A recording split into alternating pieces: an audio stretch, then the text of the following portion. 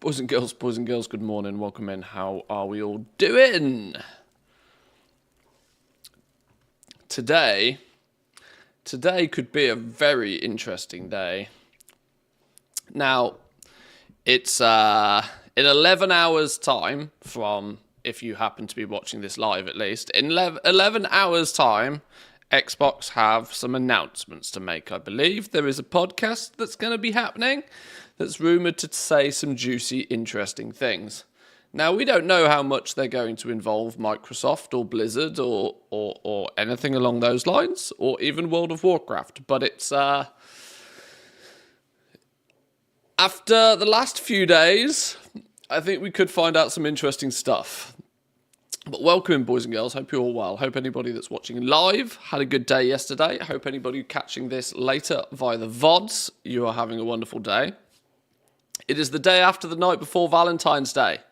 So, some people might have had some fun yesterday. I treated the wife to pizza for dinner because I am a gentleman. We're planning on going out at the weekend. We're like, Valentine's Day on a Wednesday? Really? Not happening. She was busy all day. I was busy all day. We were like, right, we'll celebrate Valentine's Day at the weekend. We're not overly traditional. Right. But anyway, I hope people had fun, had a good time. Wait, weren't both pizzas for you? Well, they were. I gave her a slice. Counts, right? Right. Lovers in the air. Dailies. Let's get on it. First thing. 100% counts. I let her lick the grease off the box. Oh, God, no, hang on. That sounds even worse, doesn't it? Right. We should get another year without Rocket. You'll get the Rocket. You'll get the Rocket. It's still going for a few days, right? You'll get the Rocket. Thinking about this, actually. We don't need two sets of tunes, so let's turn off the Spotify. That was mainly to keep people busy during the intro. Let's make sweet, sweet profit together. Sent you the 18. Thank you. Appreciate that. Good morning to you, and I hope you are very well. Appreciate that very much. Thank you. I'm not particularly good at this because I'm terrible at like the casual sellout approach, but I am trying to at least promote forward that if I can snag myself the 100 sub points, I get a slightly juicier cut from Twitch from the subs. So my mum we'll figure out some ways to help people in that regard. Why are we in the auction house? Yeah, we were in the auction house because we were checking the token yesterday, weren't we? Let's just check it's still not. Okay, it's still fixed. It's still fixed. It's all good. I haven't had 100% confirmation reports that it's fixed over on NA, but I believe it probably is by now as well. That yeah, what an interesting day it was yesterday. They've even reverted back some of the in-game assets, right? This has now been converted back to the one that says it does actually give you balance as well. So somebody was quickly pressing the undo button over at Blizzard. Now, it obviously you could read into it as much as you like. The fact that it happened is a strong indication that it can happen and could happen. And I think it's going to leave a lot of people to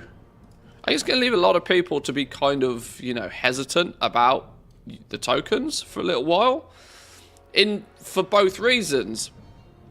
People might, let's look at it from the perspective. Goblins who have lots of gold are probably going to be cashing out a bunch of gold and keeping their Blizzard balance capped where possible from this point on. Just purely... What is my dog doing? What is going on with my dog? Hang on, please hold. Pools, you got the sniffs? You got the hiccups? Come here, sit down. You got hiccups?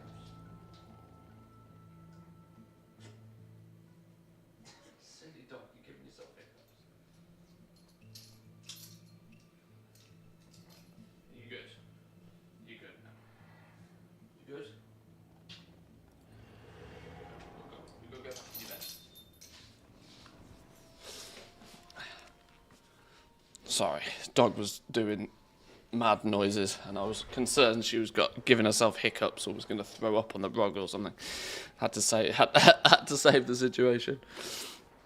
Yeah, I think the token. I think the token now that people have seen that there is clearly some at least internal testing, right? At least internal testing to remove balance from the token and have it just purely be a game time based system, which is the state that it is in Classic and has always been in Classic since they added it. But it's still a touch.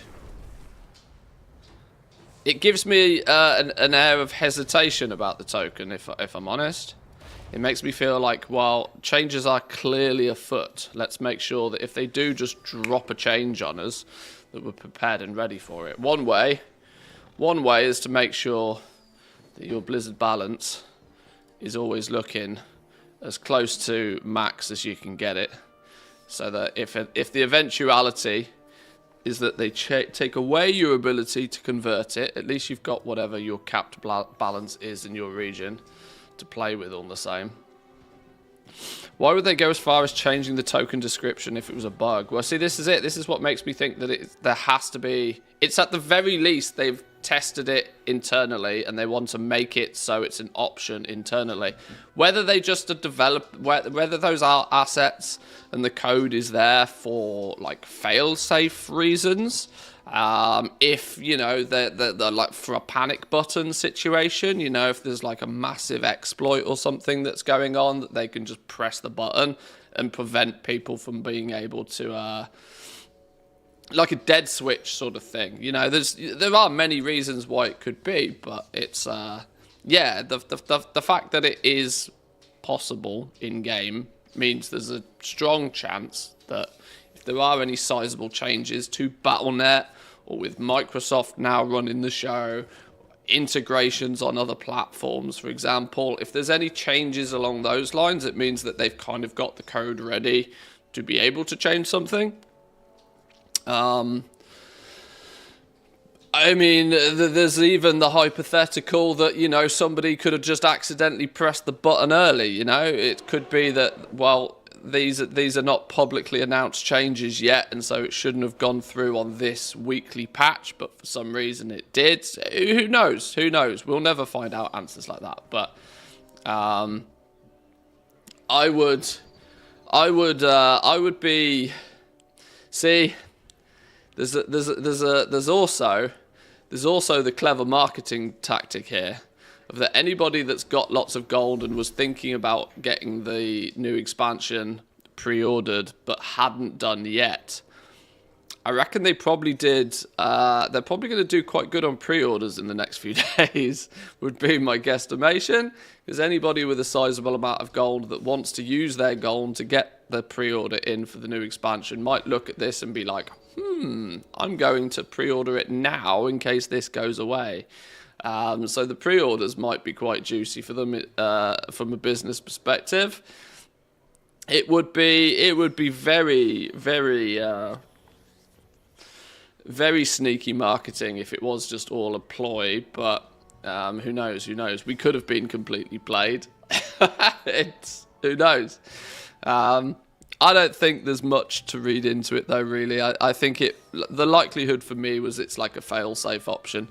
It's something that they can implement if they need to because something happens in the game or whatever. Alternatively, we might find out tonight. We might find out tonight that something is changing. So, time will tell. Time will tell. When's this queue going to pop? 2 minutes average queue time. We've been in it 4. I need 3 tokens to get the new mount, which is why I'm here waiting. I need to do a little bit more than just the dailies on my paladin, but the rest of my characters I can probably just buy all the other stuff we still need. Anything outstanding on this list we should be able to purchase now. Get Lovers in the Air complete, and then we can focus more on Classic for the next week or so.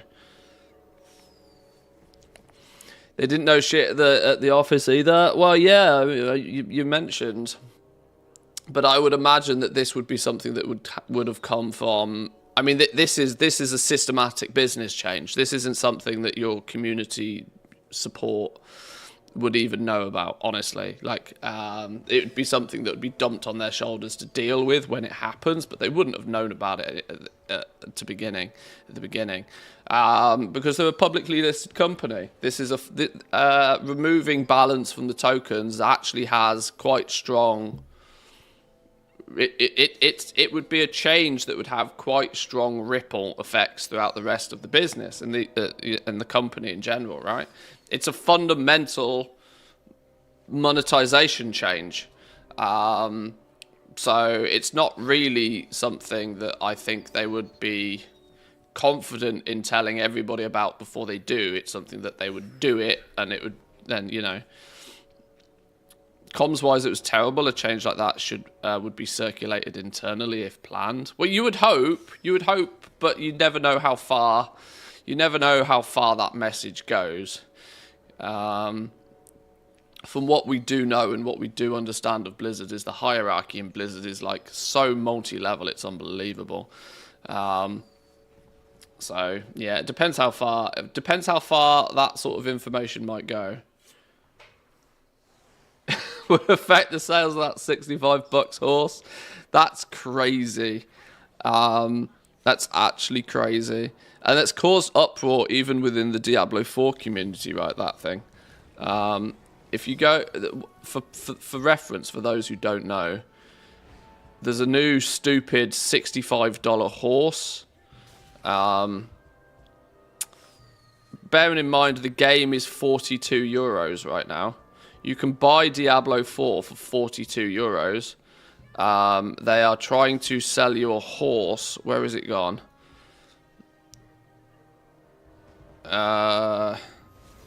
It's a new one, so surely it should be.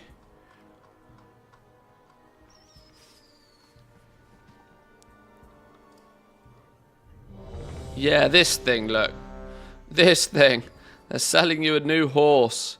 Admittedly, it comes with 7,000 platinum, but the only thing you can do with that platinum is spend it on yet more cosmetics. It's actually crazy. Hang on, let's slap this dude real quick and then we're done.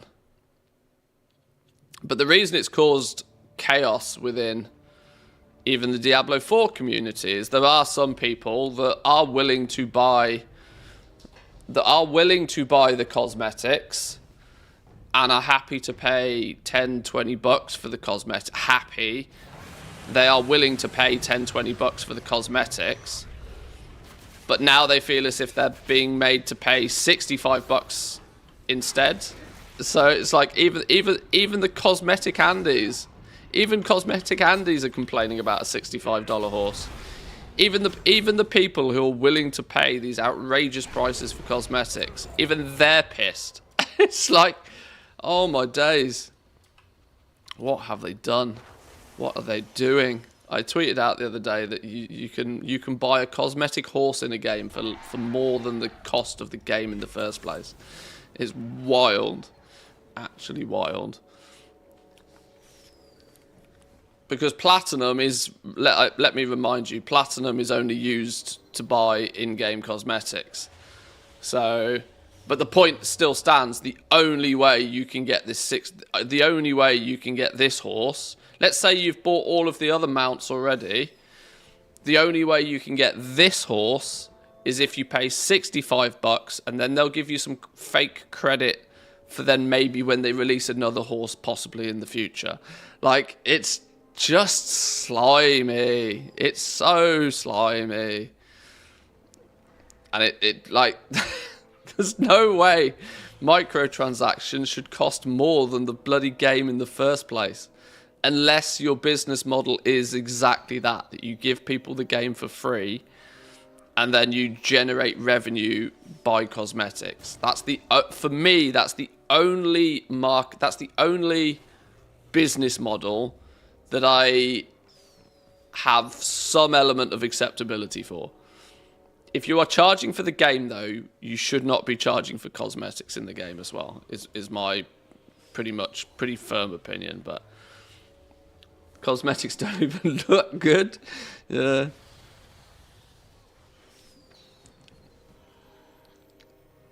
So the tooltip on Oceanic servers changed last night, but it's changed back again today.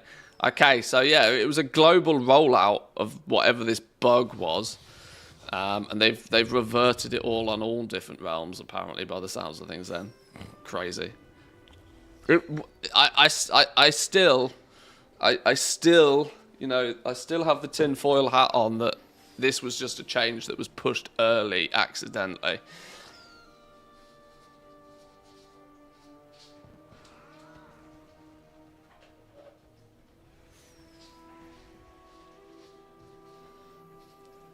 Like I mentioned yesterday, I probably have pretty strong confirmation bias about this, based upon the fact that as soon as Microsoft moved in, one of my predictions was that gold for Blizzard Balance would disappear. I feel that Microsoft would look at that as too long term, too risky of a thing to have in place.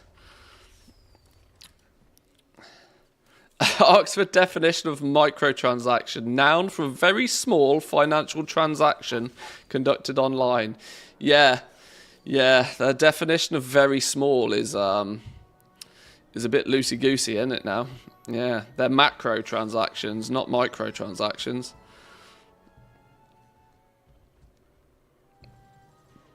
NA tokens went from 270 to 320 last night as well. Panic set in. Myself and other prominent members of the community were basically saying to Team NA that, look, if this EU change is not a bug, you probably have a few hours to cash out, and so people did. It was so people did. Right, do we have we have 274 Heartseeker Ray.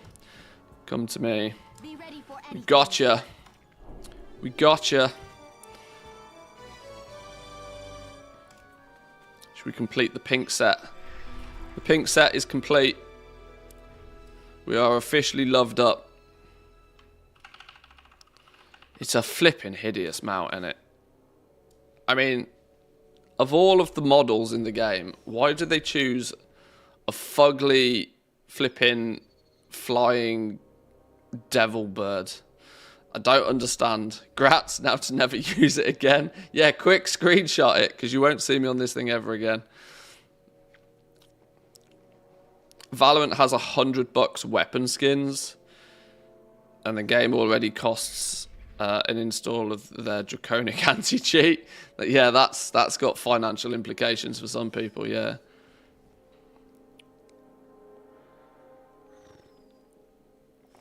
Yeah, selling cosmetics, unfortunately, is an issue for me. Although, Valorant, there is... there are some games, like I said, my opinion on this is not 100%.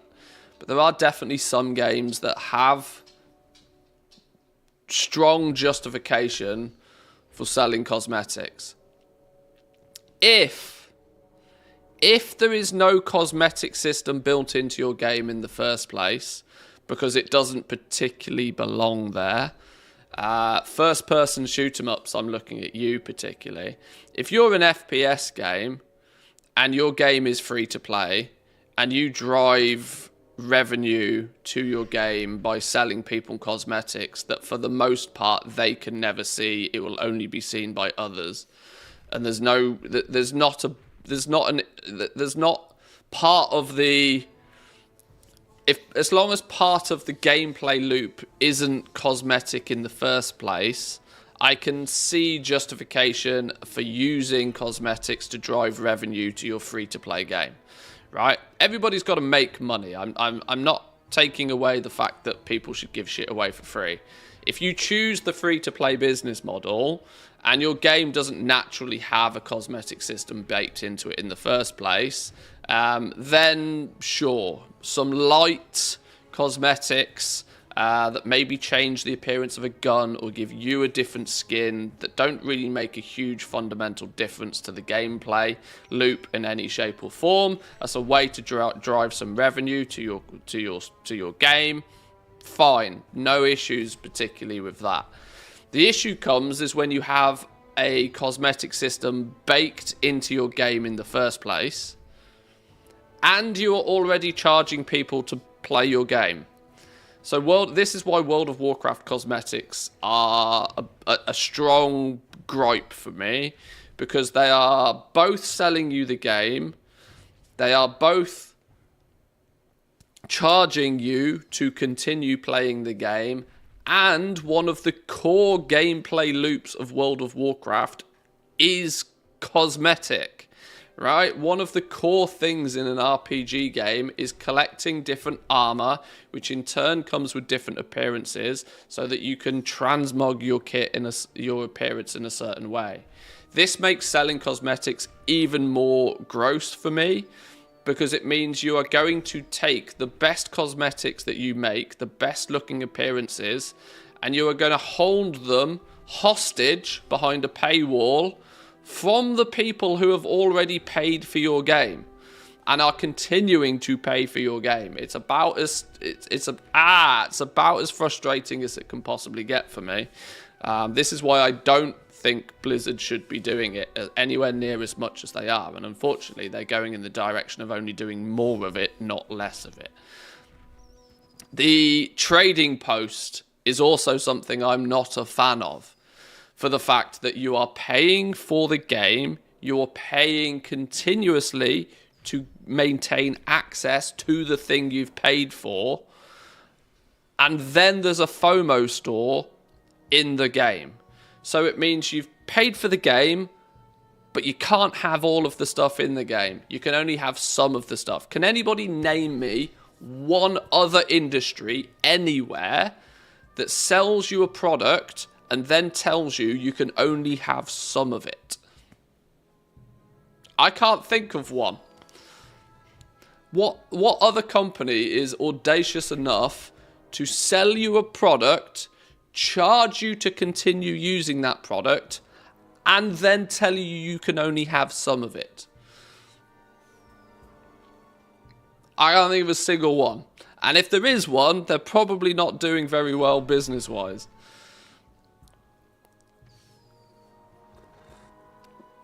It can be anywhere, right? It can be anywhere. We're talking not just within the gaming scene, anywhere. What business out there is audacious enough to tell you that you can buy a game, continue playing that game, but then only get some of the product?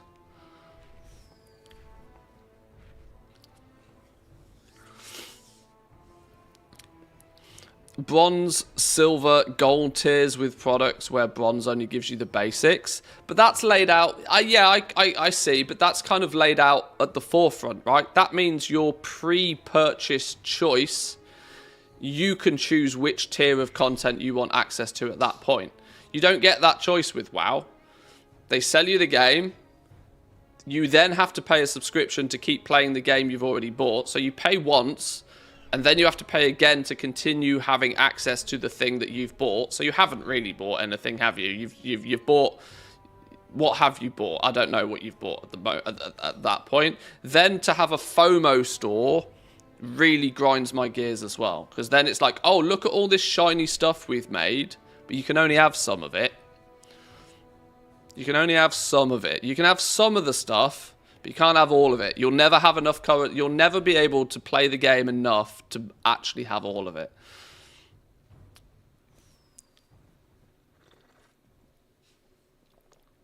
EA with FIFA, it's a shell for the game. Then you've got the pass, and then you've got, well, Ultimate Team. Yeah, Ultimate Team is the grossest. I can't think of a single scenario outside of the gaming industry where they get away with this practices. It's actually madness to me. Which is why, you know, the trading post is nice and all. It's nice that there's new cosmetics, and it's nice that you can have some of them for free. You don't have some. They're not free. They make it, there's an in-game currency that you're restricted on how much of it you can have. They make it so arbitrarily easy to get the currency. You don't think it's a premium currency, but it is a premium currency.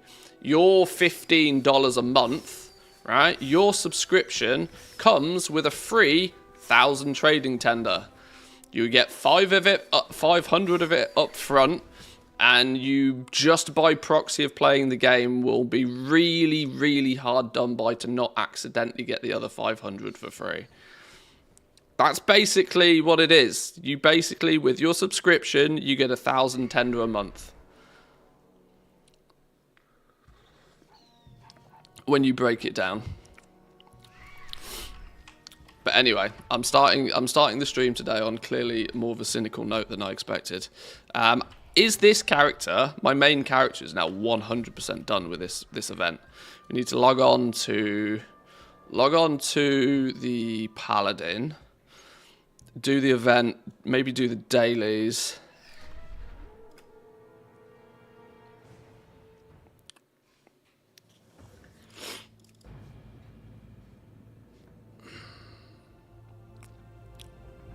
I suppose creating new content with story and all the stuff is way more costly than your average competitive shooter that can only survive on cosmetics.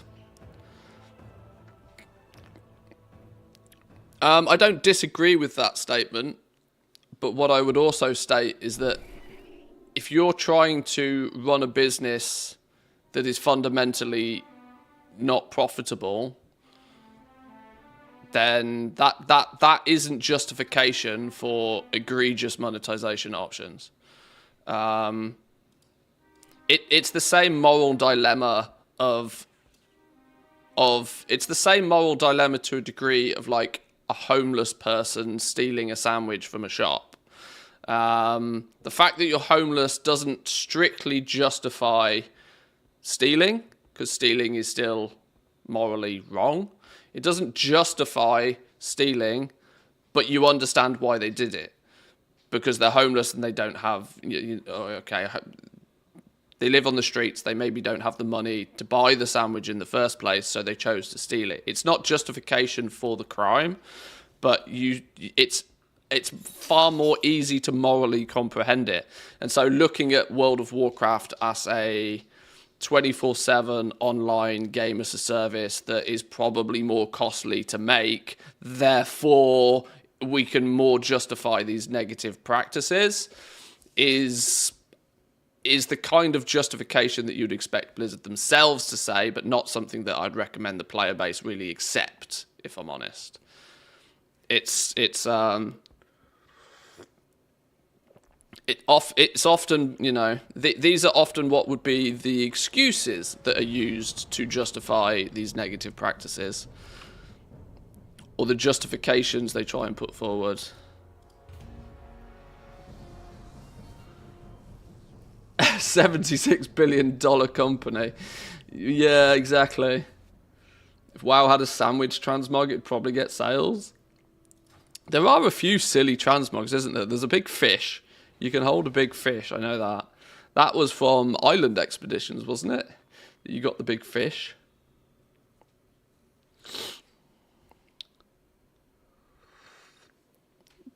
Strategic transfer of equipment to alternative location.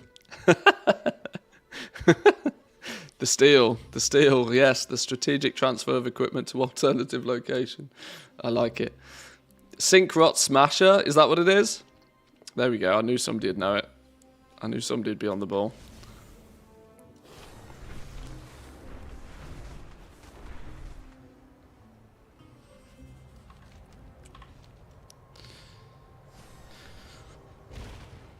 It's like one of the, it's, another example is if you to use an example that I think is an analogy that's quite well understood.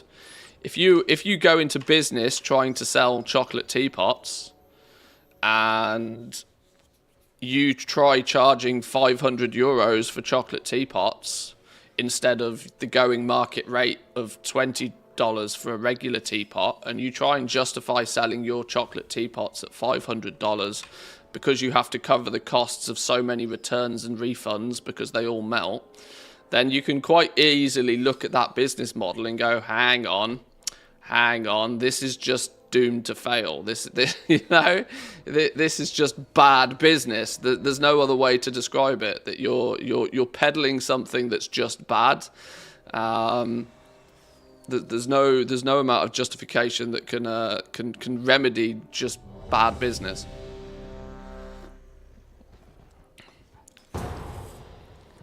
I guess the chocolate teapot phrase is a very English one. I've just thought about it, but I hope it translates. Oh, we've not even come in here as the tank. Okay, we're good. That's probably why the queue took so long.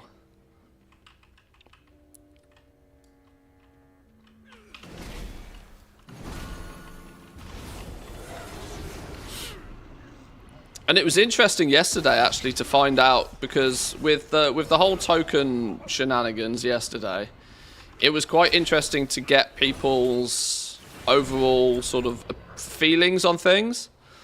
Now, obviously, there was a lot of hyperbolic opinions floating about yesterday. People were probably embellishing because they're talking on the internet with an air of anonymity, but there was an awful lot of people that I spotted yesterday that came out and were just like, oh, well, if I can't turn it into Blizzard balance, then that's it. I'm done. GG. I'm out of here. What the hell? I was stuck in the table then. Which I see, because it takes the carrot. That, you know, all of a sudden the carrot on the end of the stick falls off. I can see why some people would draw that conclusion. I think that's relatively fair.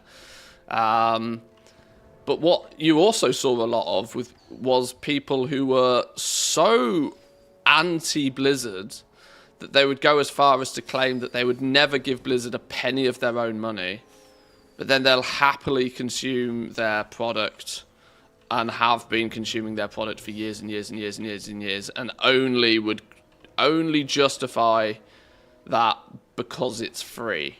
That the second they'd have to take their credit card out of their pocket, they dislike Blizzard so much that wouldn't happen. And that was really odd for me to see. That clearly is a bit of an extreme example, but it felt really strange that was the case.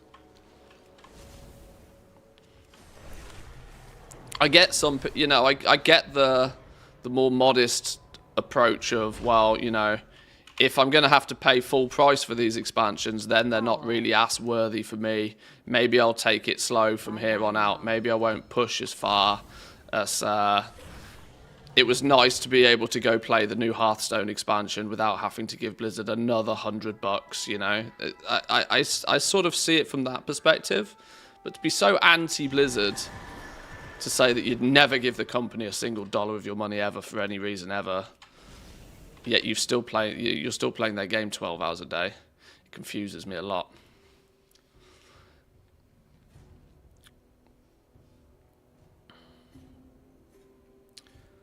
Alright, if that's the case, then there's no point for me to gold make anymore, pretty much. Just chill and keep doing what I see. Yeah, I fully understand that, you know, when the carrot is taken off the end of the stick, then there's less incentive for people to do it, and that might cause a percentage of the people to stop doing it. But Alt F4, delete, uninstall, rage quit, I thought was a bit dramatic.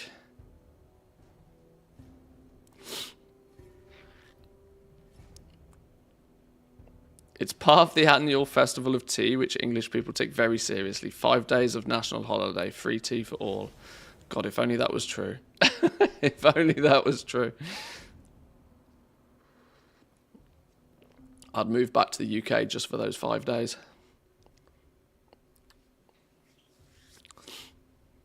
Is it free, though, so they've invested their time, possibly quite a lot of time, just making gold rather than simply playing the game? I think these are more common. This is more of a common viewpoint from, I would say, more of your Uber Goblin than anything else, though. We're not talking about people that grind their gold on a monthly basis to pay for their game time. We're talking about the people that have multiple gold caps, who they make gold and they spend that gold on Blizzard Balance whenever they see fit to get all Blizzard products for free. I mean, the me kind of person, honestly. You know, people like myself who make gold in the game because the method of doing it at the time is enjoyable, and have amassed so much of it over the years that they don't, you know, they could stop making gold tomorrow and probably still play the game for free for the next decade. You know, that sort of level of gold making. If you're paying the bills per se, if you're paycheck to paycheck with your goal making, then I think that's a different story. Do we not turn this in? We don't turn this in. What would you ask of death? Scenic Feralis. What do we do in Feralis? Oh, it's this one. I just realised I didn't get the achievement from this.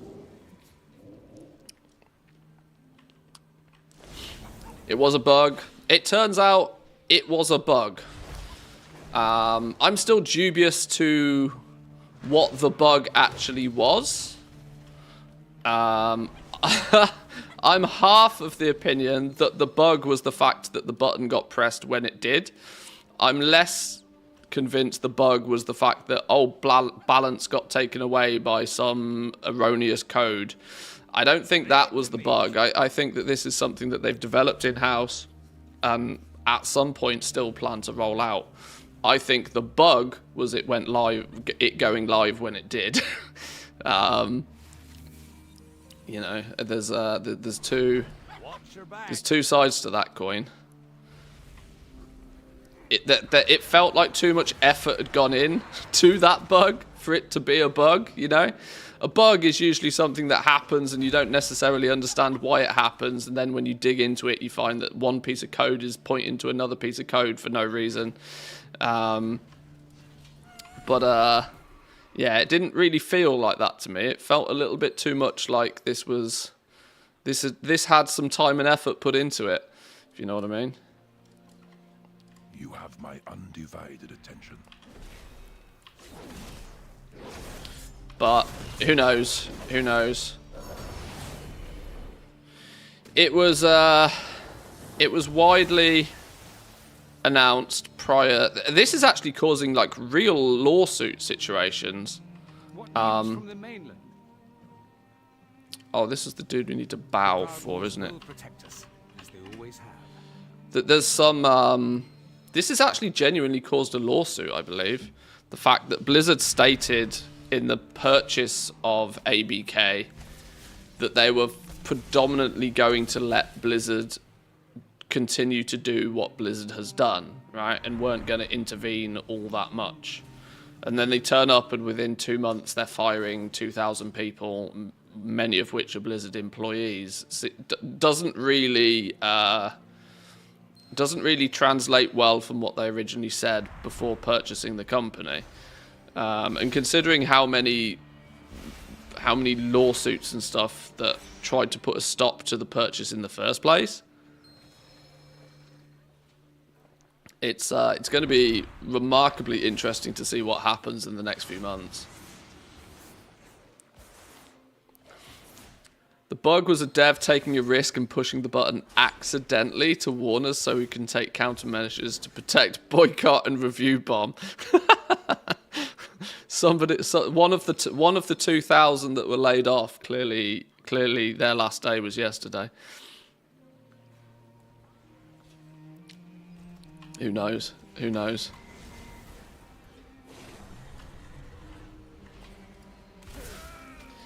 I mean, it could be entirely harmless, an honest mistake, a legitimate fault in the system. But I think we all know Blizzard too well at this point.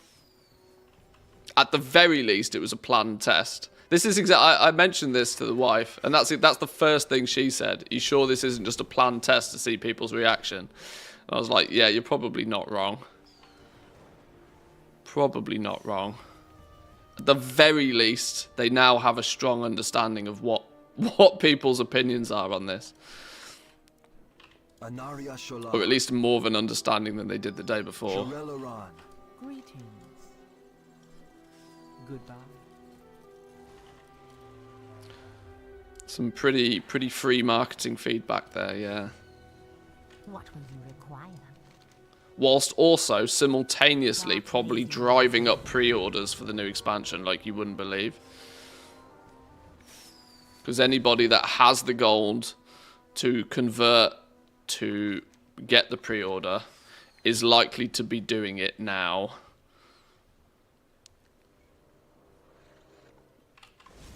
So it wouldn't surprise me if pre-orders went through the roof.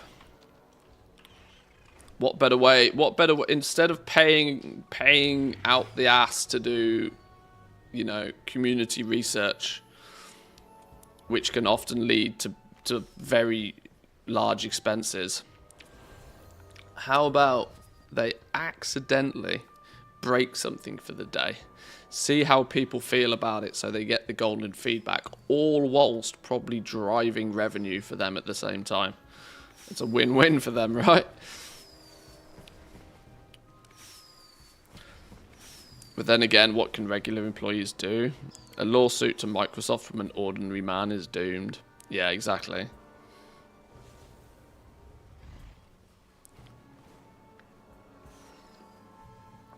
Right, this dude has 249 love tokens. That means dailies on this dude tomorrow. When does Lovers in the Air finish? Lovers in the Air doesn't finish until Monday, so I can do my dailies tomorrow. I can then use this dude to buy the... What was it? The Exquisite Love Boat? No, shit, which one? The Date Modulator Doodah? Which was the other one that costs 270? Oh, it is the Exquisite Love Boat. Okay, yeah, so we can buy this tomorrow. That means I've got my handful of alts who have all got 160-ish tokens each to buy the other bits and bobs. The Heartseeker Moth, the For Your Eyes Only, the Date Simulator Doodah. That needs, what, 180 to get those three, so I can probably do that all on... Oh, okay, I can do that mostly on one character. And then there's just a few more cosmetic-y stuff, the roses and stuff to pick up. Okay, let's get this mostly finished now then. Let's log you off.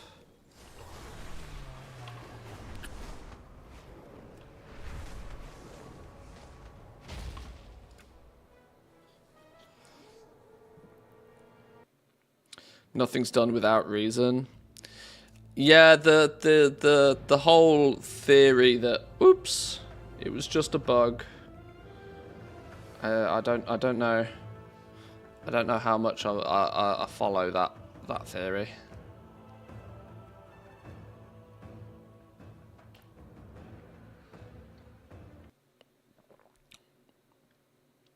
Gold is the only fun for certain people, and they deserve the benefits if they put in the time.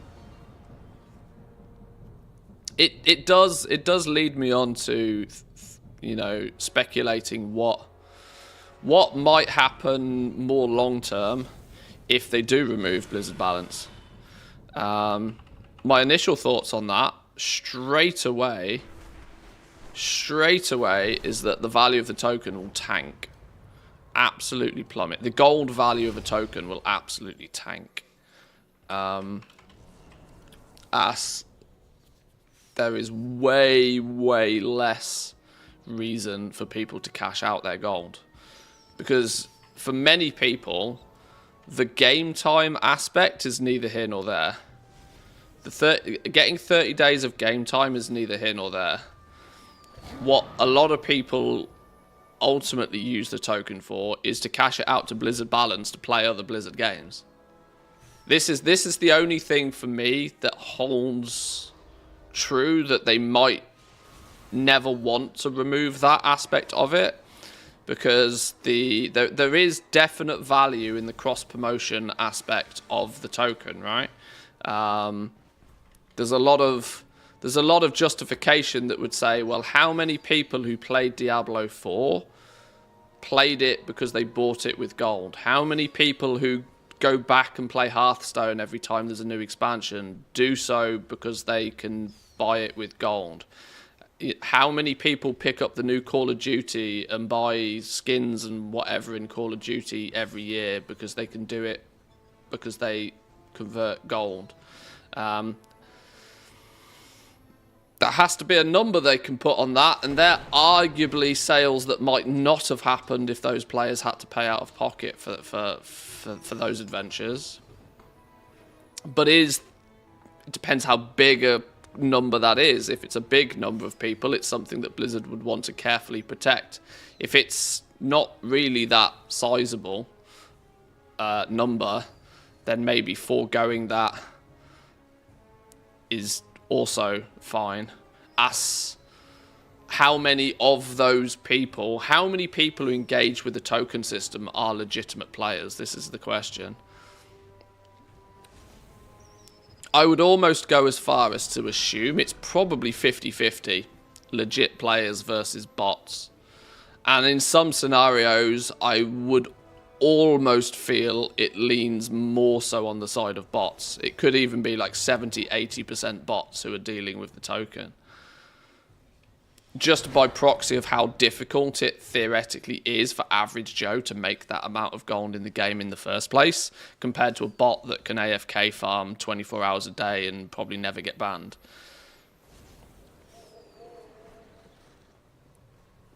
Without actually knowing the numbers, without fully being able to say, right, this is this and this is, you know, without the statistics, you can't really draw much of a conclusion, unfortunately.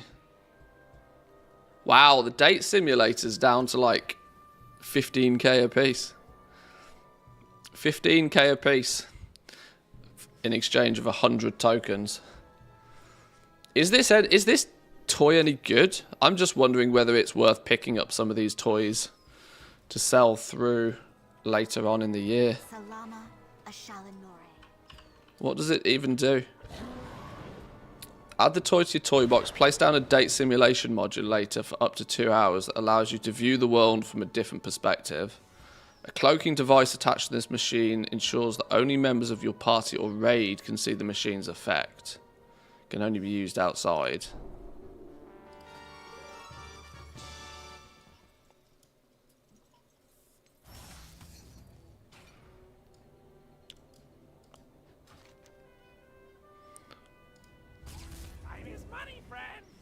Oh, it's a skybox changer. Oh, who makes... Oh, there's a profession that makes one of these. If it's blue and seasonal, it'll be a good flip. Doesn't matter if it's good or not. Well, that's true. Scarcity does its thing, doesn't it? Romantic sunset. Fireflies at midnight. You can make it nighttime. Oh, wow. Look, the whole Milky Way comes out.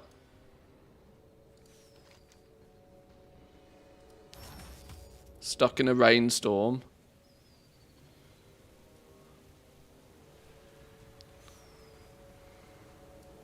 Okay. Kick the machine. Ha! It kicks you back. Okay. That's quite cool. There's, didn't engineers or somebody make one of these? I even made a video about the damn thing.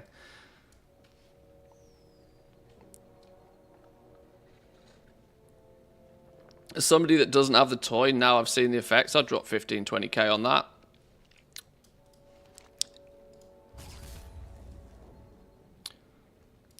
The 2 hour cooldown, I think, is a touch sharp, but I'm sure I'm sure these will sell for 30-40k later in the year. It's quite cool.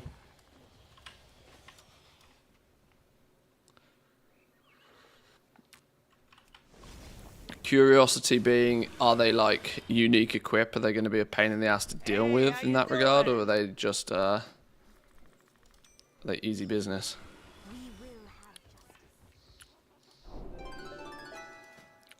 The moth, 1,000 gold apiece. 1,000 gold apiece for the moths. Sold one yesterday, 40k.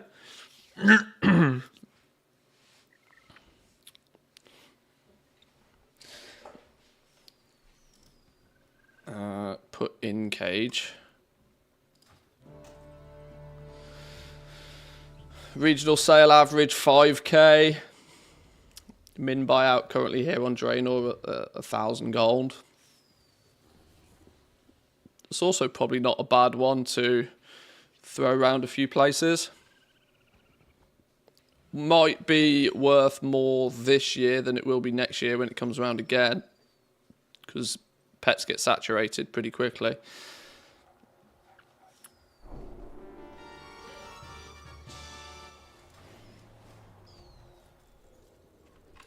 Okay, that's this dude done. I need to log on to the next character and try and grab some of the other stuff.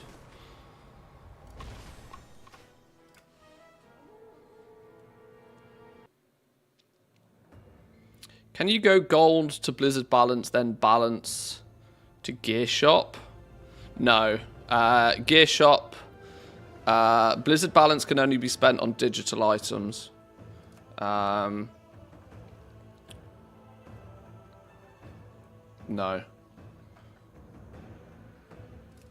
I'd have a lot more physical Blizzard merchandise if it could, though.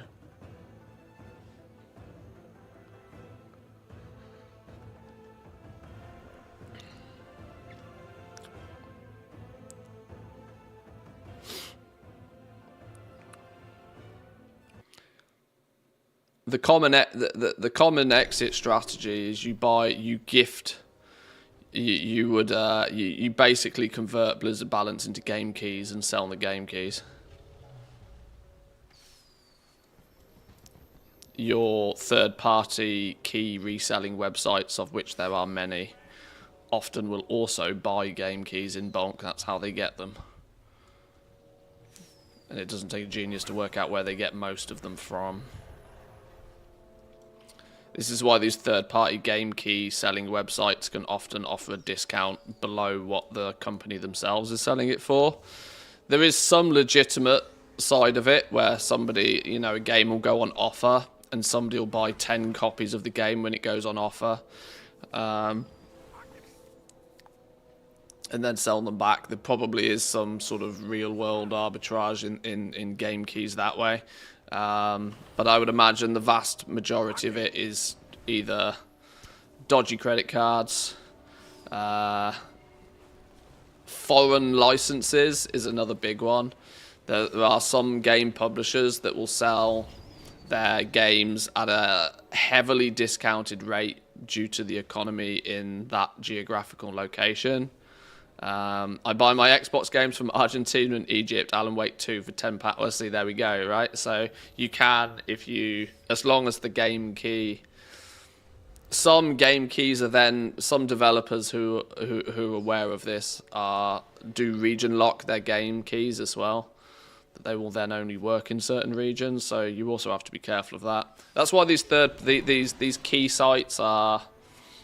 You got to understand the risk of using these key sites. Yeah, you might get yourself a deal, but it might 1 in 10 times backfire on you.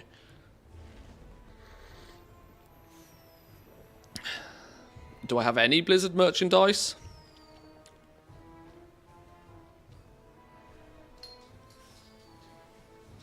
That's a good question.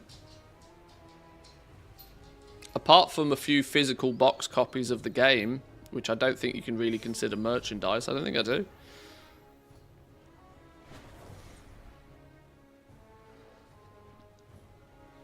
I use my magic and teleport around the world. Insert NordVPN sponsor here. A VPN can help you out with that sort of stuff, yeah.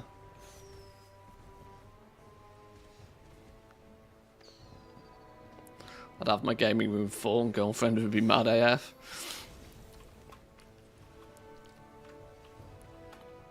I've never been a big merchandise kind of guy. This may also be why, even though I've been quizzed a fair few times, I've never launched any sort of my own merch. But purely by proxy of the fact that I don't Do not loiter. know if people would want it. I mean, I'm not a big merch kind of guy. That said, I have just ordered 2 Sidemen hoodies.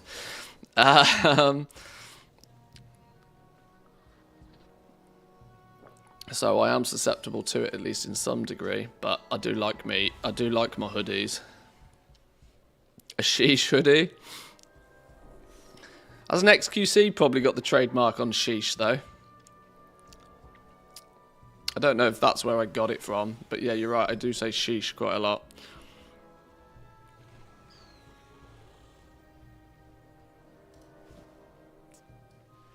There's another toy for your eyes only. This dude then needs to pick up... What else does he need to pick up? Eternal Black Rose. Hannah Heartbreeze. So not you. Remember the sun well. What's this do?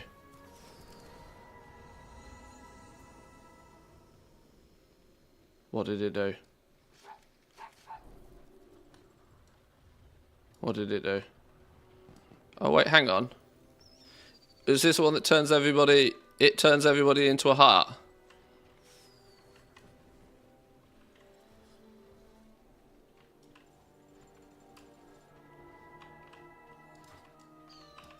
If I go Ogrimmar now, is everybody going to be hearts?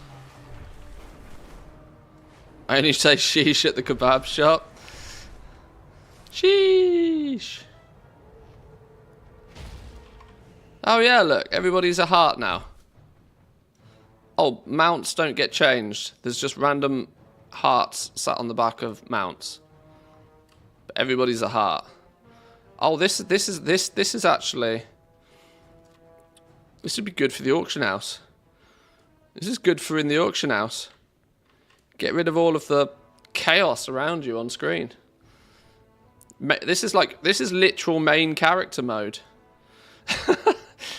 You want to be the main character? Boom.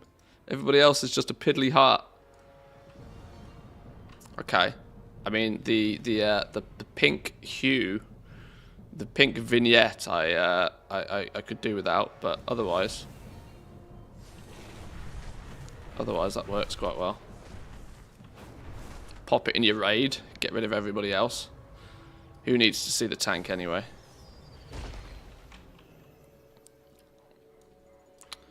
Right, what else? The Eternal Black Rose. So I think you over here, Hannah Heartbreeze. There you go. You've got a bunch of cosmetics for me.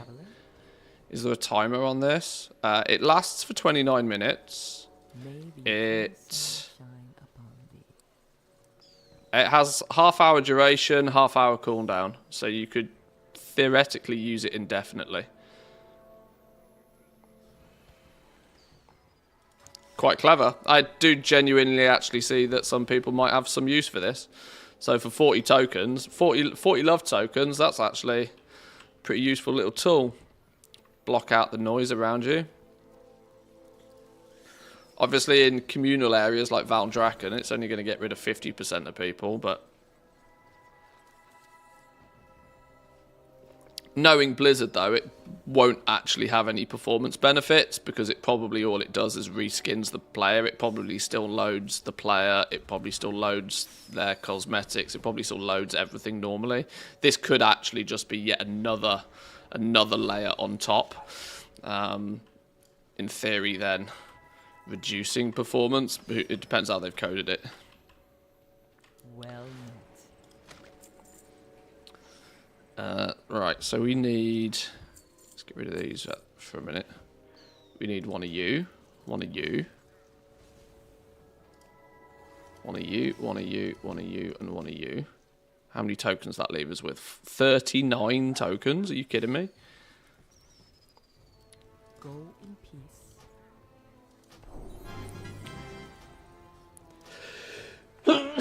Oh, Lord have mercy. I hate it when sneezes creep up on you. I genuinely hate it. The thing is, it doesn't remove the mounts, only the people. Yeah, it's a bit weird. There's just love hearts running around on top of mounts. Or there's mounts running around with a love heart on them, however you look at it.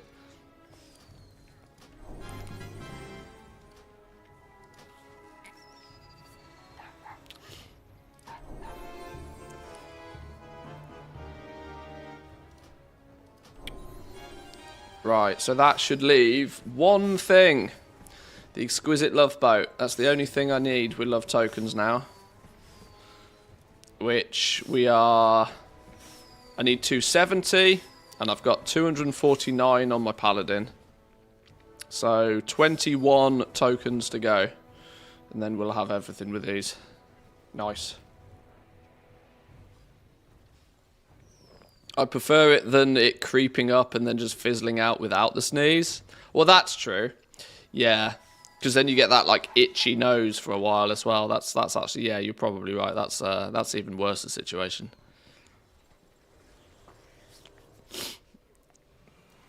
Okay. Well, that's... I mean, I'm very slow to the party on this, clearly. But that's most Lovers in the Air stuff sorted. I'm one token away. Should I... hang on, let me quickly do the event on this. That one token... We're one token short of... one token short of buying another pet. We should buy the other pet, shouldn't we? And depending on how long it takes, we'll do the relax thing.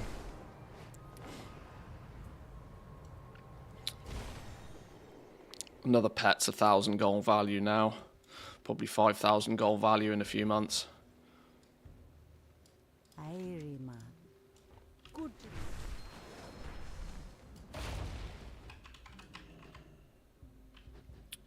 Let me in the seat. Right, we'll chill here for a minute. Does staring at a bright light prompt a sneeze for you? It does for me, and I thought it did for everybody, but I recently learned not everybody has this trait. Photonic sneeze reflex. It does, yeah. I think this is why my sneezes come quite fast when I'm streaming, because I've got two great big lights here. So, yeah, it's... if I start sensing a sneeze, I only need to slightly look at my light, and then it's... Achoo! It does it straight away.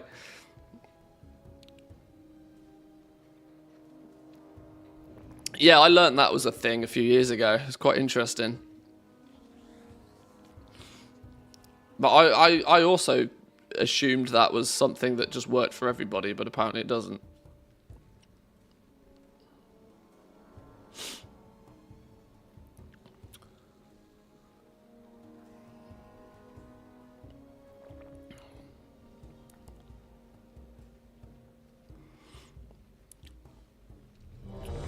Aha.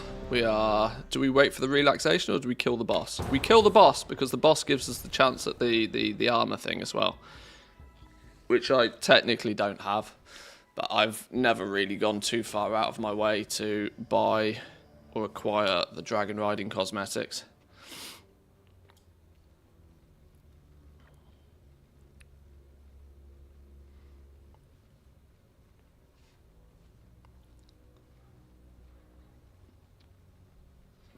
$40 on Season of Discovery today might be a bit of a stretch because I think I'm still level 37. So, still got some way to go. And I'm actually quite intrigued to take a bit more of a deeper look at the some of the professions.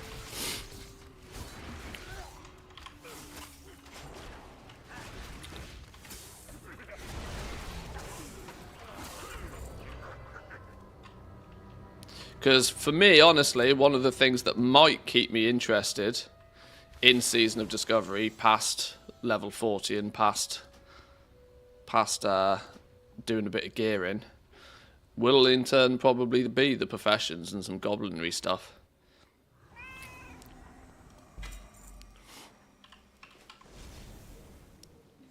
Well, I suppose we'll finish relaxing at the same time. Might as well finish the quest.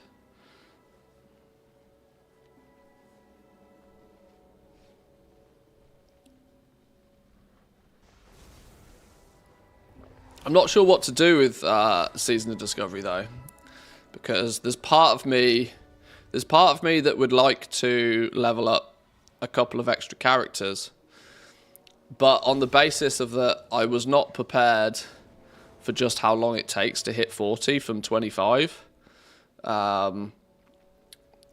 Being not so prepared for that eventuality, has taken the heat off my desire to level more characters, if I'm honest. Relax. You be careful, man.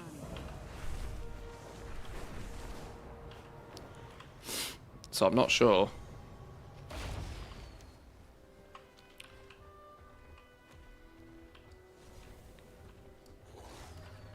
What Now, of course, my mage is my next character, which in theory means I could just spam Scarlet Monastery a billion times, because you find a mage that isn't going to get instantly accepted to a Scarlet Monastery run. So there's that as a possibility. The reckoning is at hand.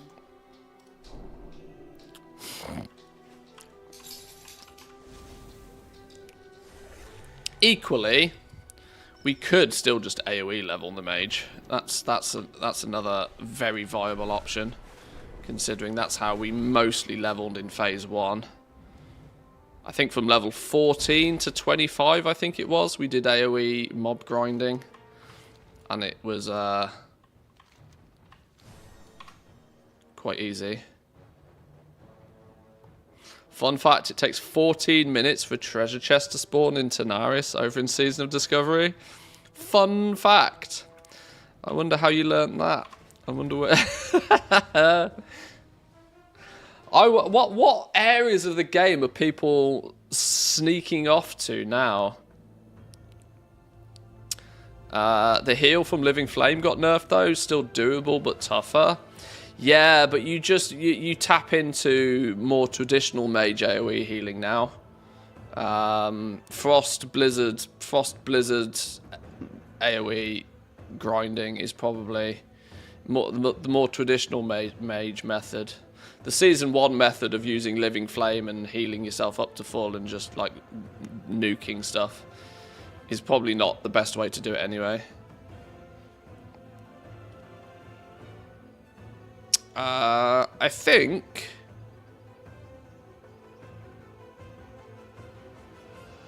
I'm done in retail. Let's head over to Classic. Let's do it. Let's do it.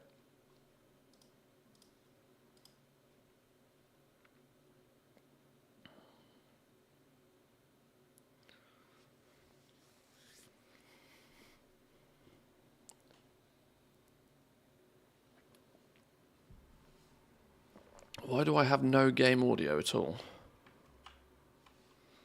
Why do we have no game audio? Do you guys have game audio? You've got game audio. Why do I not have game audio? What's going on here? Oh, no. No? Yes? No? Oh, there it is. Okay.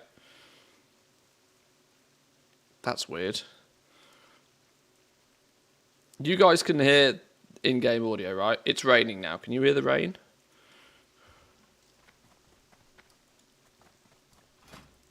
Okay, I can hear it again now. That was really weird. I had zero game audio for about 20 seconds once it loaded.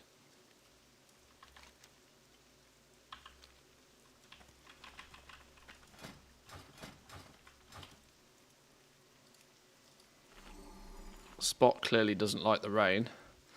Let's fix that problem. Do that while we're running.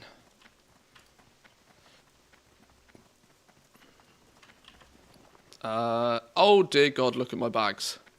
Well, actually, oh dear God, please don't look at my bags.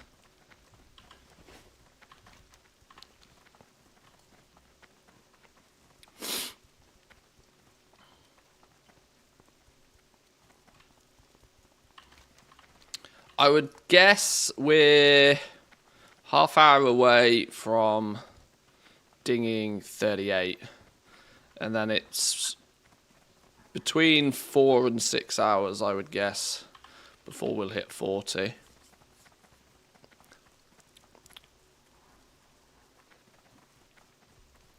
Feasible for me to do today. It just depends on if I want to do nothing but level today, or if I want to play around with like some profession stuff, or go gather some runes. Or I feel weird. I don't think I've picked up a single new rune yet. In turn, that also means I'm missing 2 runes from my loadout. Like it's just a bit odd. I probably should go do that. I also got this yesterday, and I don't know what it's for, and I didn't ask in the group that I was invited to get it, but a level 41 elite spawned. A bunch of us killed it, and I got this thing, a creepy Dalaran relic. What the hell's a creepy Dalaran relic, and why did I want it?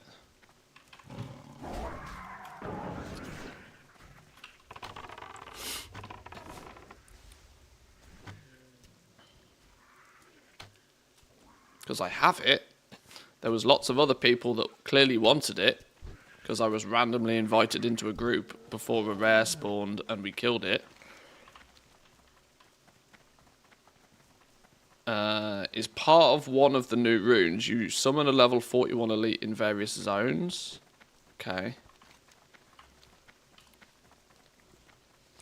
Maybe then I'm one step into a discovery quest. I just need to figure out the rest of it then. Oh, you know what I didn't do? I didn't sleep in my sleeping bag. Before we hand this in, remind me to sleep in a sleeping bag for 3 minutes. While you're in Desolus, load up Zygor for the trap launcher. It has you going all over the world, and the first point is in Desolus, so you might as well do it while you're there. Oh, okay. I think it feels to me like I'm coming to the end of Desolus, so maybe I should do that before we mosey on.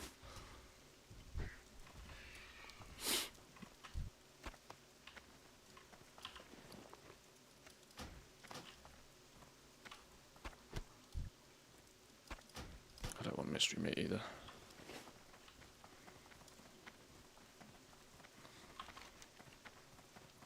Turn in raid on the coal car. Okay.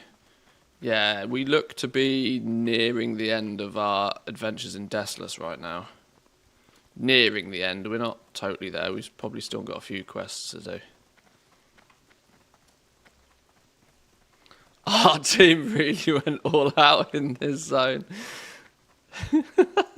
Just paint the area grey and have done with it. Pull up a few mountains. Right, sleeping bag before quest.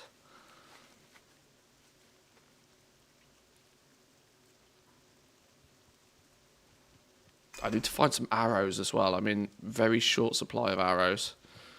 I've got my feathered arrows I can use as well, but I'm very short on razor arrows.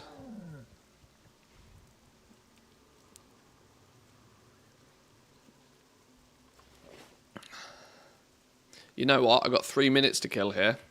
In 3 minutes to kill while we gain this buff, this is a really good opportunity to take a quick bathroom break. Oh, an ad is literally in progress as well. This is why I should keep my Twitch dashboard up. Then I'd actually know when ads are playing. Well, if that's the case then, we will throw up an ad break for 2 minutes. Entertain yourselves for 2, boys and girls. We'll be back in a minute.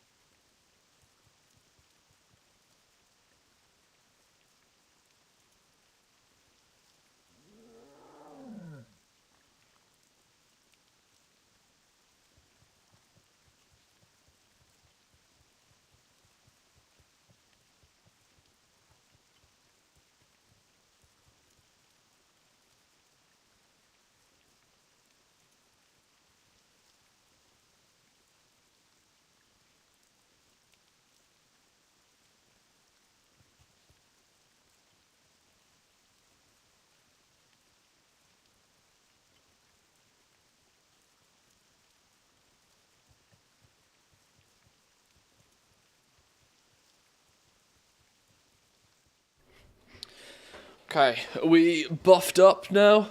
Fully buffed up. Nap well done. We are fully snoozed. Let's rock and roll. Oh, this dude doesn't have a... Oh, hang on. That's a dudette. Either that or his pectorals are on another level. Bring 6 bags of dried meat to some dudette. Oh! We get some feathered arrows. Some bonus feathered arrows.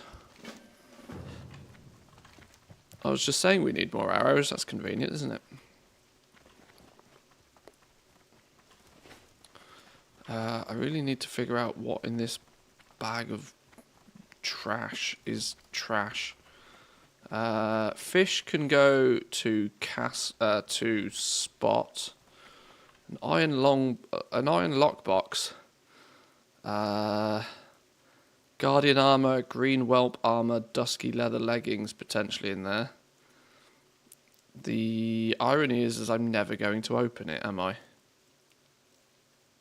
I'm never going to open those.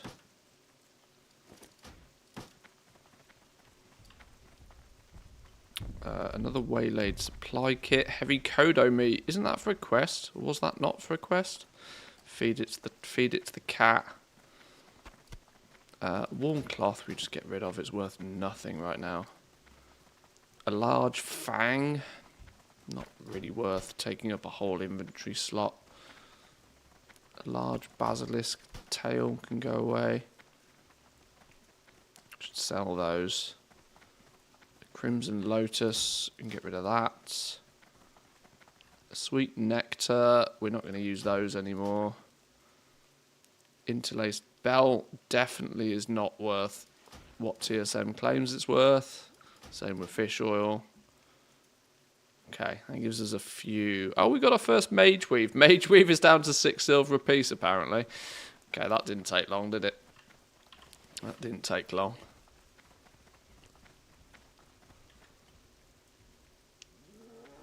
The dudette's pectoral area is quite eye-catching and leaves little to the imagination. True.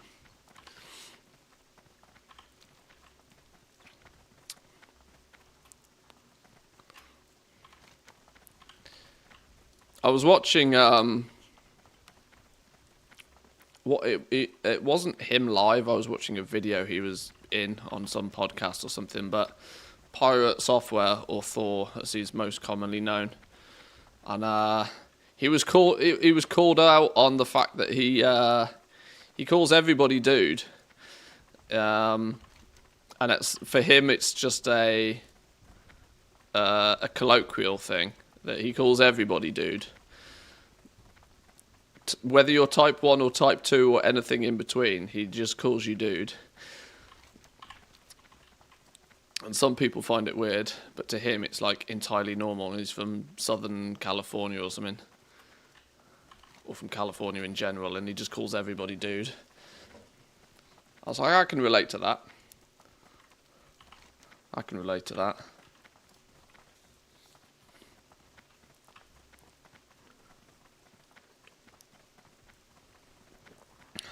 Chalida, how we doing? Welcome in. Welcome in. Good morning, good morning. How do we even get up? Can we just stroll up this cliff? Can we get up here? We should be able to get up here, right? Hang on, what are we doing? Click sacks of meat. They look like tan leather bags on the ground near the buildings around this area.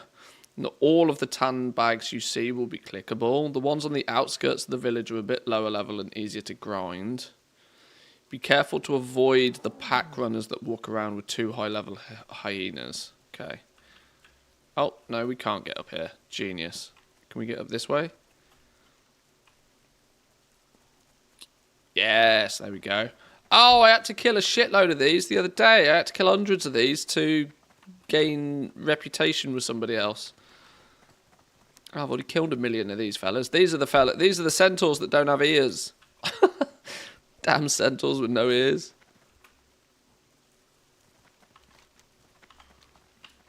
Hey, up, there's a bag, look. Sack of meat. We'll take it.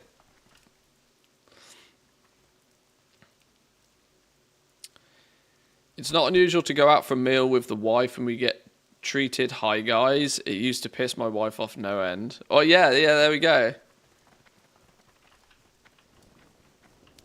Right then, guys. Yeah. It's if you take the word literally as to mean,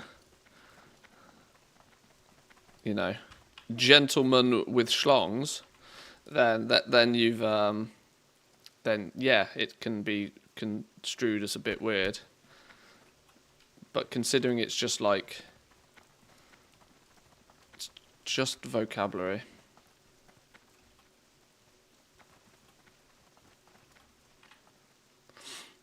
It's kind of the same thing about the dude guy. It's like that saying, I'm not racist, I hate well, yes, I'm not racist, I hate everybody. Yeah, I hate everybody equally. I think everybody's a fucking moron.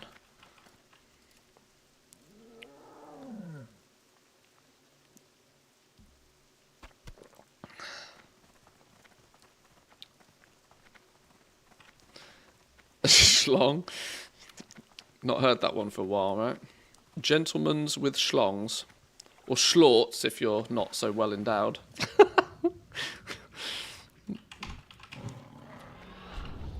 Schlorts for the unlucky of us amongst us.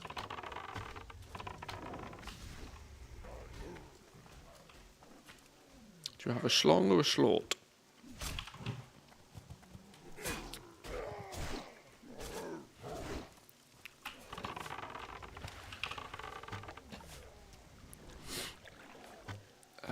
Let's get the right aspect on at least. Let's pretend like we know what we're doing.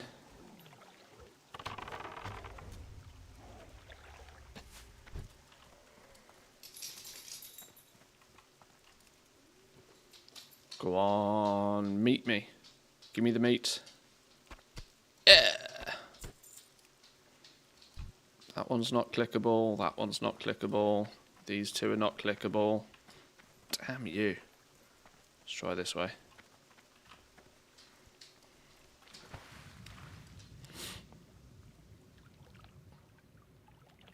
I don't mind dudes and guys because that's the language we have until it changes, but I do get tired of big dick DPS. Well, that's true. Yeah, I'd not thought about that one. See, that's another one. That just kind of completely passed me by. That. Yeah, that's. Yeah, big dick DPS is probably not. Yeah, would you prefer little dick DPS? Whoa, check out that girl's tight vagina healing. It's like, no, we'll stick with big dick DPS, please. Flaccid dick DPS. Yeah, maybe genitalia doesn't need to be brought into the equation when we're killing a boss.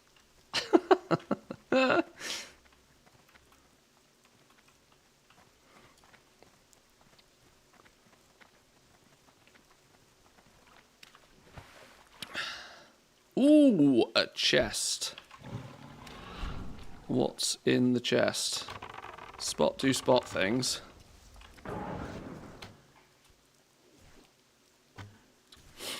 Well, if the requirement is to push buttons with genitalia mend, it's slightly easier. Right. We got to be careful here before women bring up the whole toilet seat situation again. That just because we have a hose that we can point in different directions doesn't necessarily mean that we have any idea where it's going. Right? No idea whatsoever. Sometimes it can go this way, sometimes it can go that way.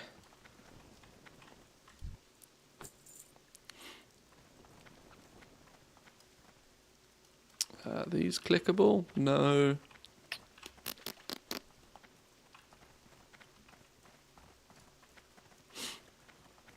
Always aim to please.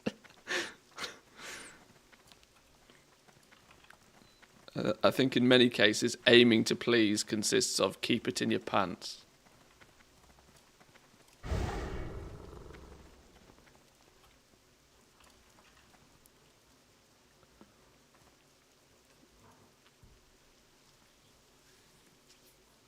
Stepped away for a little while. What topic have we changed to?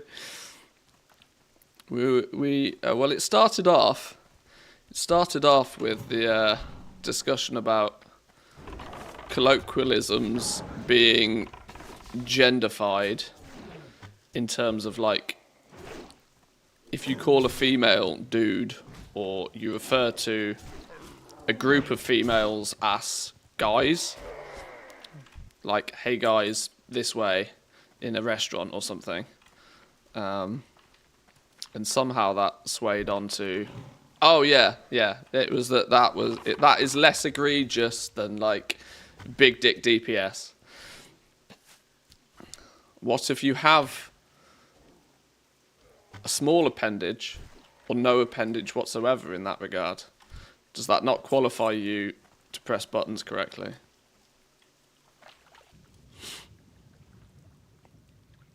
Can't it just be neutral gender? Some banger DPS, monster DPS. That would work. That would work. Shit, is that why I'm always low on the meters? Could be. Could be.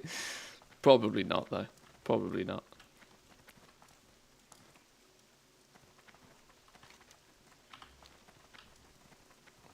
Right, there was me looking for more bags of meat, not realising I've already got the bags of meat.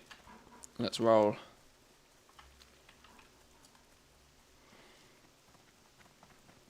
You do know monster can be used to describe said genitalia too? Maybe keep off the famous orange and black website, and you probably might not have to worry.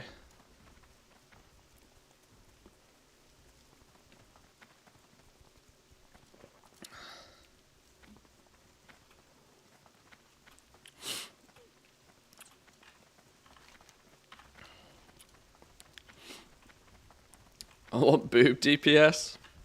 Most ladies have 2 boobs, so it's clearly twice the DPS of a dick. I like that logic. That's good logic, that. Yeah. Yeah. When you think about it, on this planet, there is twice as many boobs as there are penises. Factual.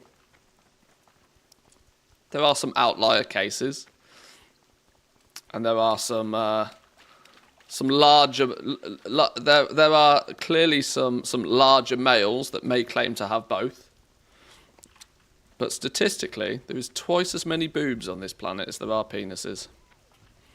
So why is it big dick DPS? Why is it not double titty DPS? Or double stacked DPS? More dots? Is that where the phrase more dots comes from? Double D DPS. Yeah, there we go.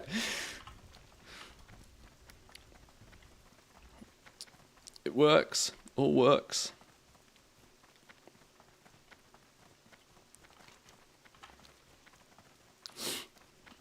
Need to start a new trend.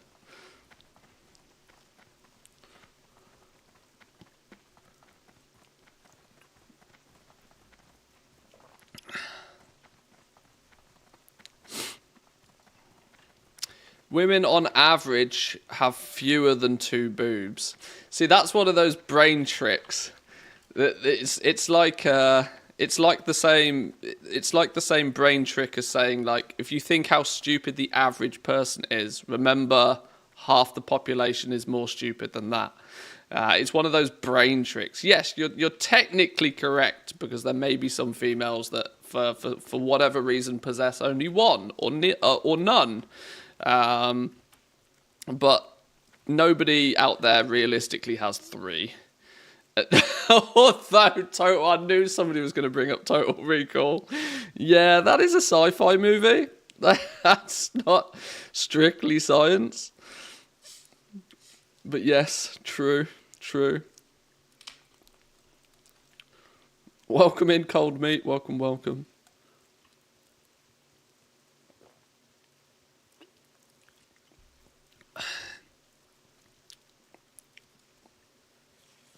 The professions are feeling.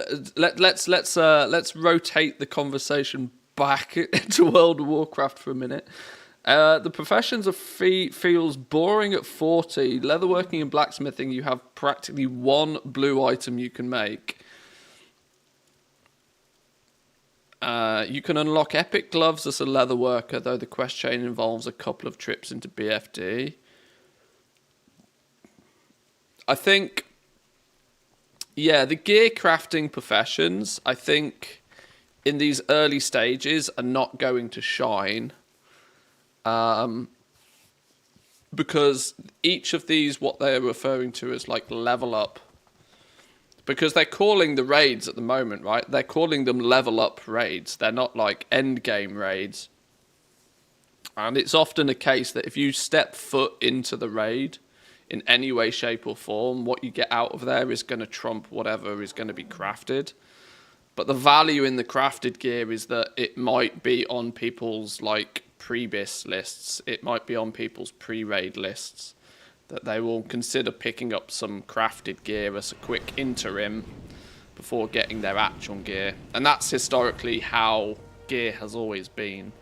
Or crafted gear has always been. Rarely are you crafting things that are on people's bis lists. Historically, anyway. You're, I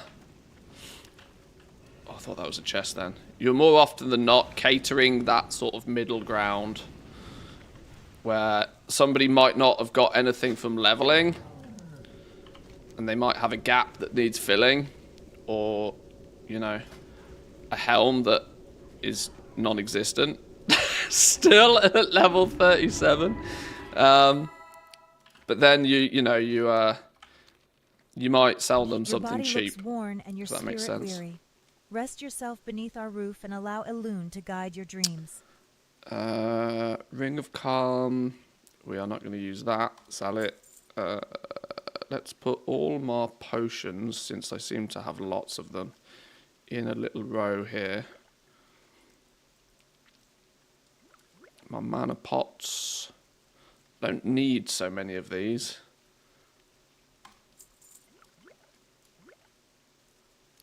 Some bonus food for the cat. Let's keep bonus food for the cat here. These turtle meats. Wow, turtle meats are like 5 silver a piece now. There for that silly quest. Let's keep all leather and cloth and the likes up here, out the way. What's this? A shield. Well, we're never using a shield, are we? Agi stamina shoulders. Oh, these are the ones that I want to put on but can't put on until we ding 40. Right, I remember I need to keep those. They go in the keep pile. Frog leg stew. Never going to use that. Leather in the leather group. Random piece of iron ore. I should probably auction it, but I'm not going to bother, am I? Naga scales, we don't need those. Heavy hides go in the leather group. Turtle meats go in the group of maybe feed it to the cat at this point. Medium hides. Oh, I need to use my soothing bisque just because it gives me 8 stamina and 15 spirit. And then that's a quest item. Okay. Leather in the leather group. Random ass item that I need to do something with eventually. That's a quest item. That can go there because we need to use that on the regular. I need to do something with these boxes, don't I? I either need to fill these boxes or I need to get rid of them. Can you... Oh, this is something I've not even checked because I can't remember the last time I was in either Stormwind or Ironforge or anywhere. Can you turn Phase 2 boxes in even if they're empty? Even if you haven't filled them? I know you can't turn in Phase 1 boxes if they're empty anymore. But can you at least turn them in? I think they need to be filled. I know that's the case with Phase 1 boxes. I'm wondering if it's the same with Phase 2. Otherwise, I might just sell off some of the ones that are expensive to fill.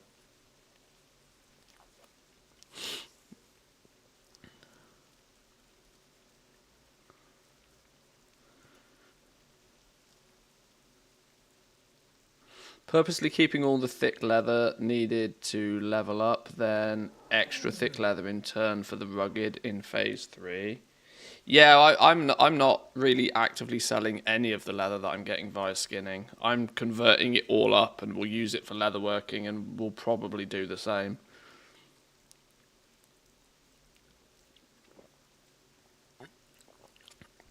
That said, you could always sell it and buy it back later and save yourself the inventory space.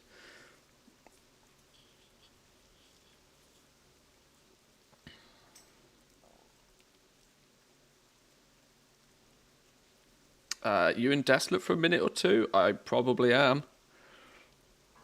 There's a few things I need to do in Desolate before I run away as well. Earlier it was funny, light leather was more expensive than medium leather. Yeah, odd stuff like that happens because you got to remember the conversion is a one direction conversion. You can scale up your leather, but you can't scale it down. And as people move into higher zones, they just straight up do not get that lower leather anymore. It's the same as like rank 1 materials in retail. Rank 1 materials are often more expensive than rank 2 materials, just by proxy of the fact that nobody gets them, and there's just less of them. At least in Classic, there is probably still some demand for it, because there are people who will be leveling a profession from 0 still and have no choice but to go through that phase of using light leather. You can make lots of money on copper ore and light leather. You probably can. You probably can.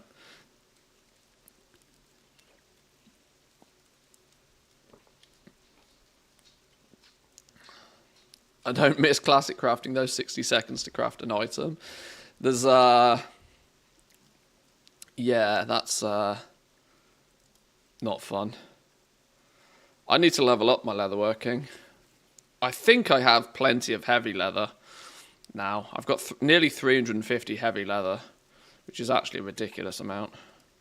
So we should be good. Right, I've cleaned my bags as much as I think I can. I wonder if there's going to be anybody around here that sells me arrows. You sell me sharp arrows. Damn, you don't sell me... Oh, you do sell me razor arrows. Oh, good. Well, give me some of those.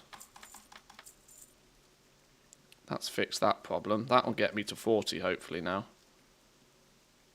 Then we get jagged arrows at 40, is it? Yeah, jagged arrows. See you around.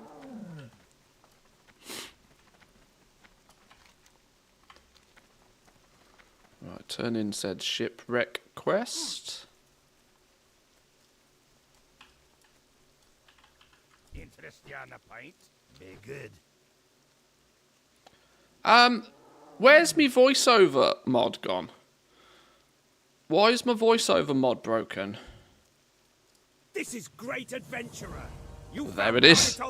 There it is. Those blasted Naga always causing trouble and have to go against their kind. You've done a great service to the Reclaimers. Take Carnital's You are things welcome. back to Roatan in Ironforge, and he'll pay you for a job well done. Ha ha! If you're not careful, he's going to be so pleased with you that he'll ask you to join us full time. Again, great job, adventurer. Be careful on your way back, and don't take too much time. You'll be able to Carnital's choose not the one most of affectionate these. men, but he's very generous Agi and Intellect Spirit Cloth Boots. I can live with Agi Intellect Spirit Cloth Boots. Or Sanguine Pauldrons, Strength and Spirit, but male. Okay, well, we're going to take Hellion Boots then, aren't we? We're going to take Hellion Boots, and we're probably going to put them on. Although, in fact, we probably don't want either of those, do we, looking at it? Meaning we will probably just take the 50 silver. This is the last of the items, and I won't lie, it ain't pretty. I'm also expecting this to take you a little bit longer than the other items. So, enough with the warning, let's get this started. Leftwich Shush, says shush, he shush, needs... shush, shush, shush. We didn't pick up that quest. Shush. Thank you, adventurer. Delinda made it safely back here to Nigel's Point. and in much better condition than I could have asked for. The fact that she arrived here under her own power was a good sign. I hope you're well. It pains me to know that both Tyrannus and Alinda didn't return, but the embarrassment of Tyrannus's decisions is hers to endure.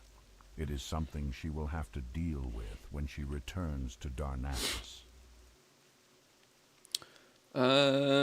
We could take Moonlit Amis just for the 18 silver sell price, but the Garrison Cloak is an upgrade. This is where Zygor is sometimes not 100% in suggesting the right things to buy, because we should actually just equip that. It's just straight +2 agility. No reason not to.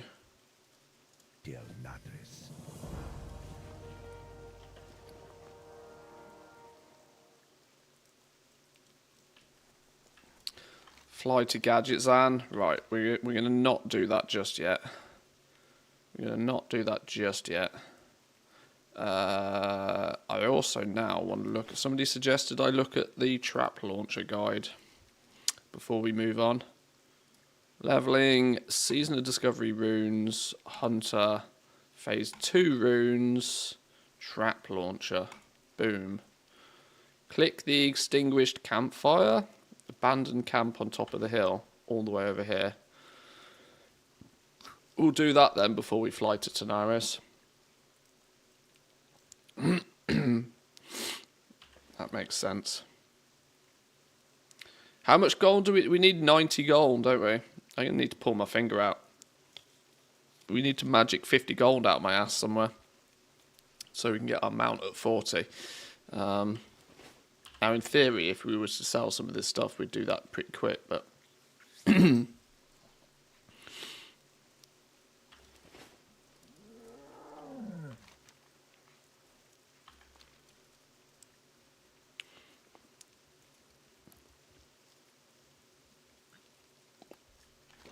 Oh, meet me at the campfire.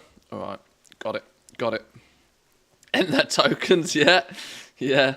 In before tokens. In before SOD tokens.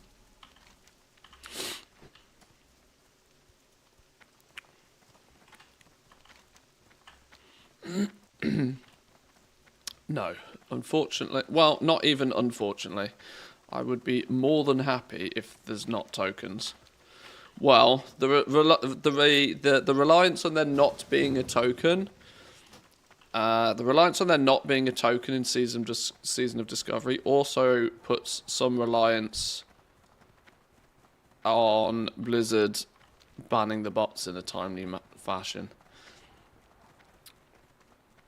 How's this for anybody that's already dinged 40, and for anybody that's in that sort of zoom mode? How's the... Is there any thoughts, any opinions floating around so far about the GDKP ban? Because obviously it was a big thing when they announced that they're going to ban GDKPs in Season of Discovery, but I don't know what the ramifications of that have been since, really.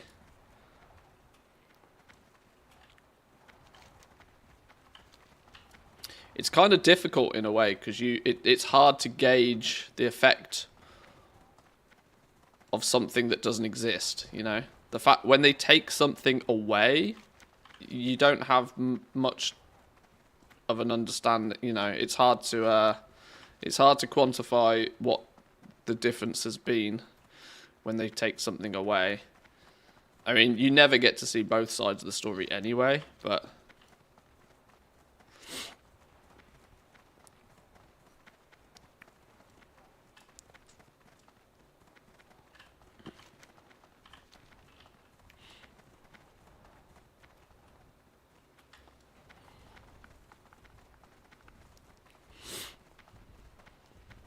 It does mean that, you know, if they nuke GDKP and they also are proactive with getting rid of bots, it in theory does put a lot more emphasis on people making the gold themselves via whatever method that is.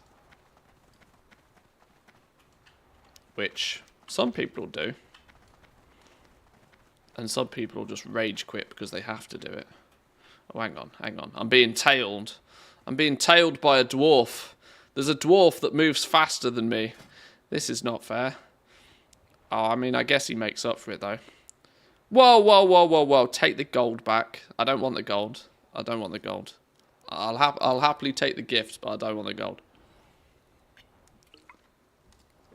Thank you, thank you. Thank you, thank you.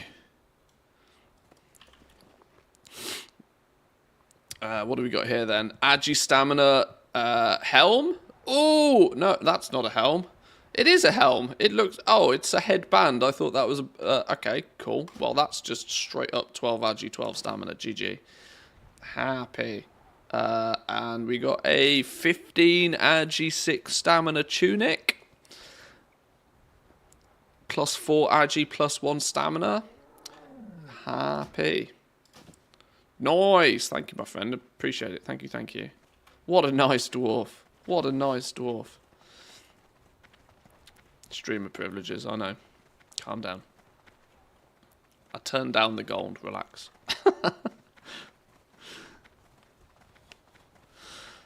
I'd say it's 1000% a positive change. GDKP sickens me as well as any time of buying raid loot. I don't really have too many negative emotions on the gameplay loop of GDKP, but I do fully understand how easily abusable it is and how easily it can promote negative practices in the game. So whilst I don't particularly agree with Blizzard's decision to take this approach, because it feels to me more like it's adversely affecting everybody at the expense of them doing their own job, which should be that they just ban the bots, right? If they ban the bots and they ban people that buy gold, ban the bots, ban the people that buy gold. You know, that would fix the problem. If people want to do GDKP runs, let them do GDKP runs. As long as there is no way for you to traverse funds from your credit card into gear on your character, I don't think GDKP is particularly problematic. You know, you gotta if you cut the trade route there, then the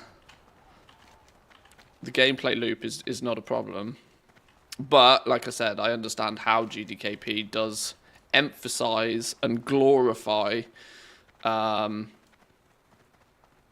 access to more gold in a shorter time frame with probably less effort.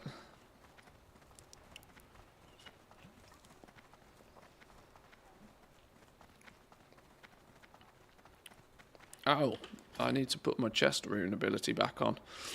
What was I using? Heart of the Lion, probably. Actually, thinking about it, increasing total stats by 10% for all nearby allies and increasing total stats for the hunter by an additional... okay, so 20% more stats. That's just BIS, isn't it? Increases your critical strike chance by 5% and reduces the mana cost of all your shot abilities by 25%. That's not really that useful. You deal 30% increased damage with all attacks whilst you do not have a pet. Well, that's just a bait in the wrong direction because my pet does like literally 50% of my damage, so that's not happening. That said, my pet's not going to do any damage if he's hungry. Let's give him a Scooby snack. Have a fish. Have a fish, my friend. Have a fish.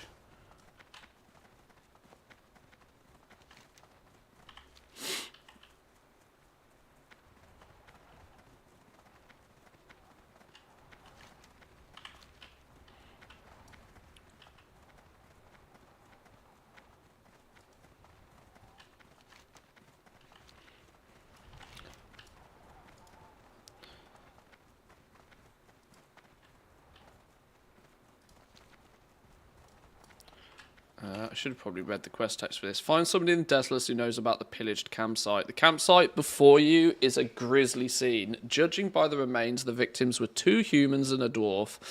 Markings on the bones indicate a savage attack, but the looted supplies tell you this wasn't done by an animal. The wounds don't match centaur weaponry either. Perhaps an experienced scavenger of these lands would know what to make of this. Ooh, a murder. A murder afoot. What's up? So you found another one. I found a couple of scenes like you describe. Ooh. Did you not tell me anything new? Hey, how you doing? Hello? Was that it? Was that all you said? On the lamb. Find one of the desolate marauders. Found a couple of scenes like you describe. Always camps of humans and dwarfs. Rumours among the caravans is a group of horde marauders did it. Seems likely given the victims and how brutal the attacks were. Apparently, the bandits fled Desolus on an once an alliance marshal and got hot on their trail. If you're looking to track one of them down, I'd check in a port town. Those always have shady characters coming and going. Might catch one trying to get a boat to somewhere. Okay. So this is when we go. Okay.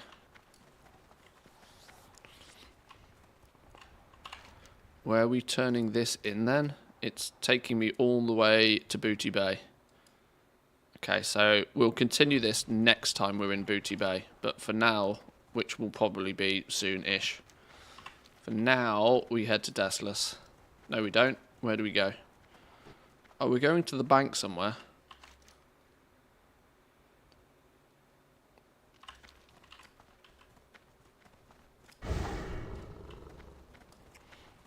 It was the butler.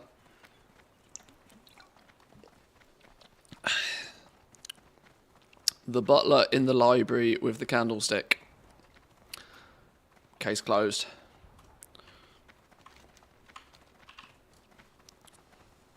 I love the Cluedo game. I was banned from playing Cluedo with the family when I was younger.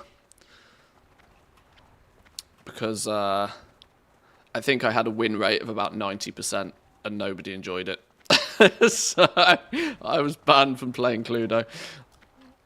I was banned because I was too good. I saw your post on Twitter about the leveling times per level. Was that the result of using Zygor? 50-50.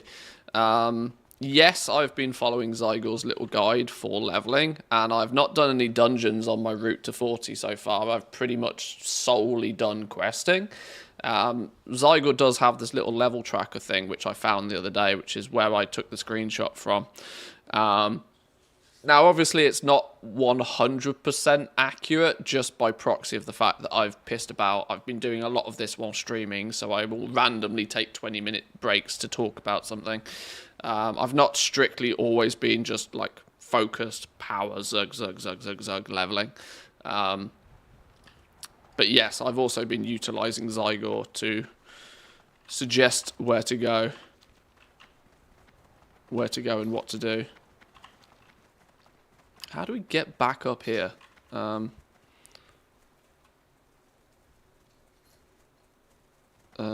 flipping hell do we get back up here? Where's the path?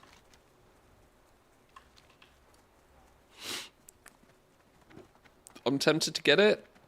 Well, Zygor, I don't know how far it extends in Classic, but they have a free trial version that you can sort of you can play with to see if it's your thing, without necessarily having to sign up straight away. I will at this point take the obvious route here of reminding people that I am affiliated with Zygor. If you use my referral link, I do get a small commission from it.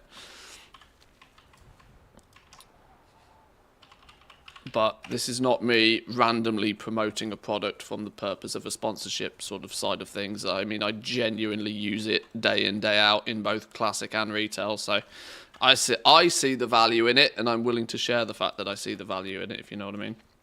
I don't know how far the freebie trial version extends. That's the only thing I don't know. I know it gets you up until like level 20 in retail, but obviously in Season of Discovery, that's probably not the same. But to be aware that there is a trial version of it, so... Where would you like to fly to? I've picked up the flight point for Tanaris? When did I do that? Well, that was smart of me. That was very clever of me.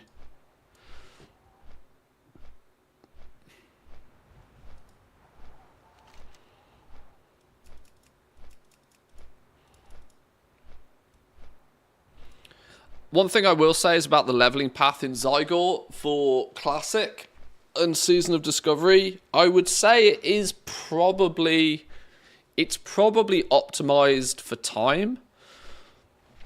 But what it doesn't do very well at is taking into consideration there are choke points in Season of Discovery right now. It will often tell you to complete a quest where there is one mob that respawns once every 10 minutes, and you'll get there and there'll be a queue of 15 other players also waiting to kill that same mob. Now, of course, you can at any point just right-click and skip the step, and then it will obviously ignore any steps that would be follow-ons from that step. But you're likely to miss out on some of the experience then, and then might have to grind some mobs at some stage a little bit more so because of that. But generally speaking, it's pretty clever. It's pretty smart. Is it a lifetime membership cost? I love the profession guides in it. They did once upon a time do like a one-off. I think you can still... I think there's a one-off payment option for it. At least there was at one point. I honestly don't know. I've just got it on auto PayPal payment every month. I don't even think about it. But I'm not sure. I know you can either pay for it monthly or you can pay...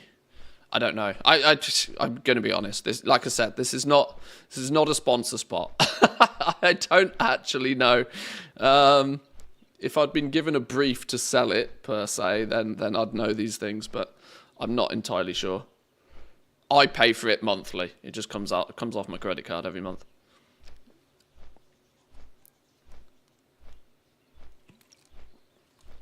Ranthis comes by occasionally and then interrupts the leveling by 10 to 20 minutes. That is true. That is factual information, I can say.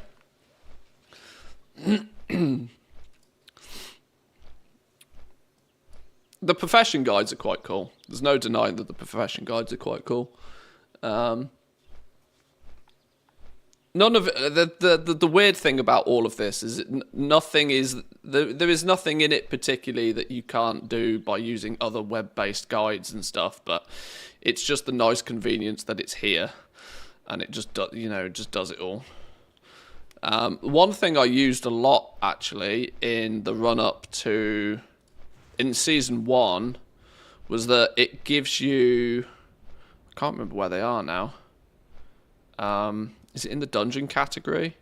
Yeah, look, it gives you little guides to make sure that you've got all the quests for in the dungeons as well. And it seems to have updated for Scarlet Monastery stuff as well. So it will send you on a little bit of a world tour to pick up all the quests you need for the dungeons also, which is kind of handy. I used it in phase 1 to make sure I'd gone and got all of the Dead Mines quests before doing Dead Mines and whatever. Which is quite clever. Stuff that you could probably piece together and figure it out via like Wowhead or something, but it's so easy to just have an arrow that tells you where to go sometimes. But I'll stop shilling Zygor for a while. I'm filling time because we're on a flight point.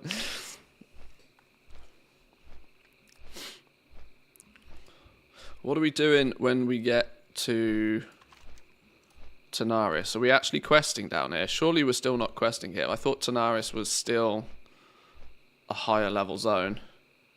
There's no quests on my map according to Questy, so I doubt we're spending much time here. Oh, we're grabbing items from the bank at some point apparently. We are then turning in parts for Cavell. Cravel, sorry. Accepting another quest that's going to take us somewhere else, I guess. Delivery to gnomes. Goblin sponsorship. Okay. Yeah, it's sending us on a little adventure right now.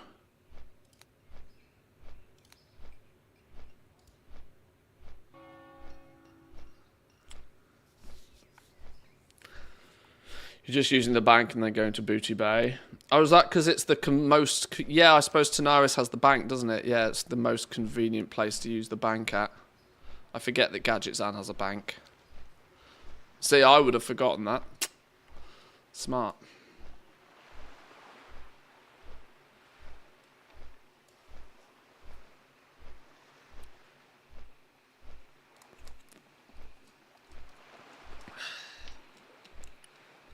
Then again, Booty Bay has a bank, doesn't it?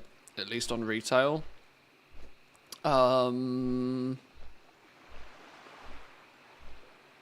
It does.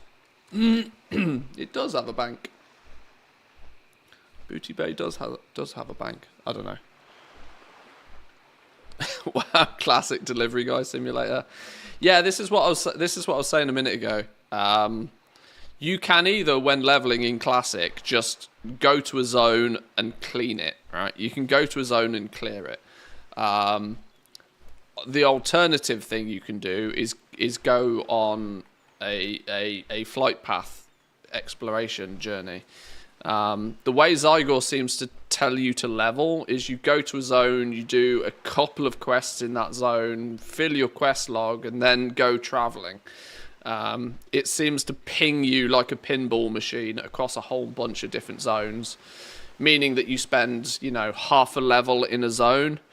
You do some of the easy, fast quests in that zone, which you are theoretically 2 or 3 levels above. So, time to kill should be reasonable. You shouldn't have any issues killing any of the mobs. When you try and go to a zone and just clear the zone, you very quickly get to the point where the quests are like out-leveling you. And that in itself can slow you down a bit. I want to at some point test some of the other leveling guides. There's what's the other one? Rested XP, I think. Seems to be pretty popular. I don't know how competitive it is, but I see other people using that one.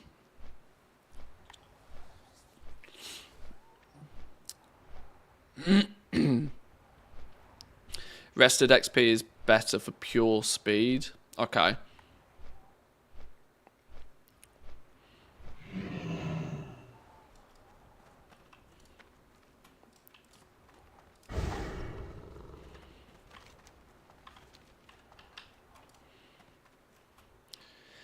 It's laser focused on leveling speed, and if you diverge at all, it kind of screws things up though. Oh, so this is, yeah, okay, that sort of sounds a little bit how I felt about, oh, flipping out, what's the retail leveling one? I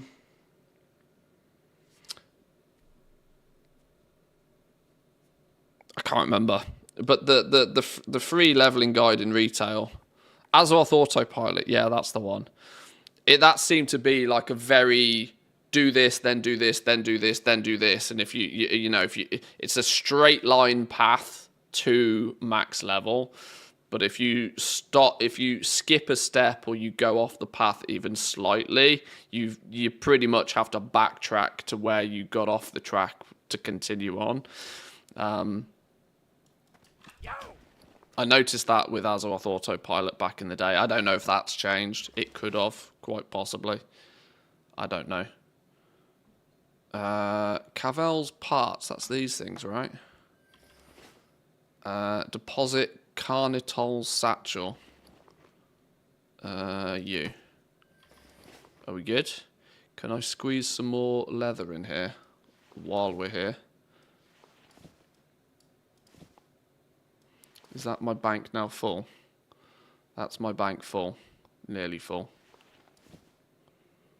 I am paying 10 gold to extend my storage now. Not until we've bought the mount. What have we got in here I can get rid of? Flipping wall bandages. Are you mad? one piece of wall taking up an entire slot. Are you mad? A single malachite that vendors for 15 silver. We'll get rid of you. Get rid of you. Flipping more wall bandages. Flasks of oil. I don't know why those are there. Let's put some of this cloth in there as well.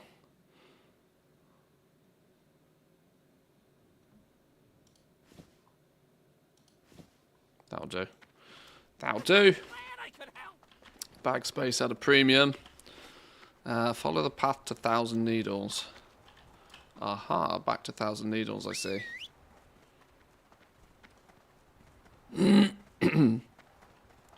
Top tip, when you want to level your leatherworking, go do it in Darnassus, because that's where the master trainer is. Yeah, it sent me to Darnassus when I wanted to unlock the next leatherworking, so I assume Darnassus is the place to be.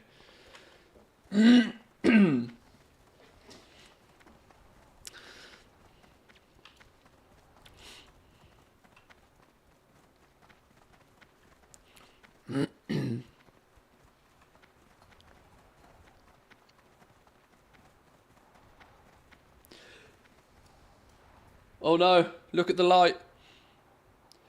Oh, dear Lord. See, I felt it that time. It crept up on me. It came from behind. And I was like, oh God, this might pass without me actually sneezing. Look at the light. Boom. Hey presto, we have liftoff. It works. Science. Woo. Targeting is better than the Zygor arrow, though. It's actually automatic. No need to spam it. It auto-marks mobs relevant to your quest. Oh, that's clever.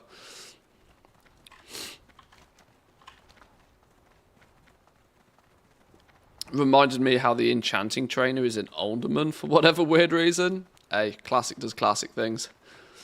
Don't question the classic. It's not going to make any sense. Not going to make any sense whatsoever.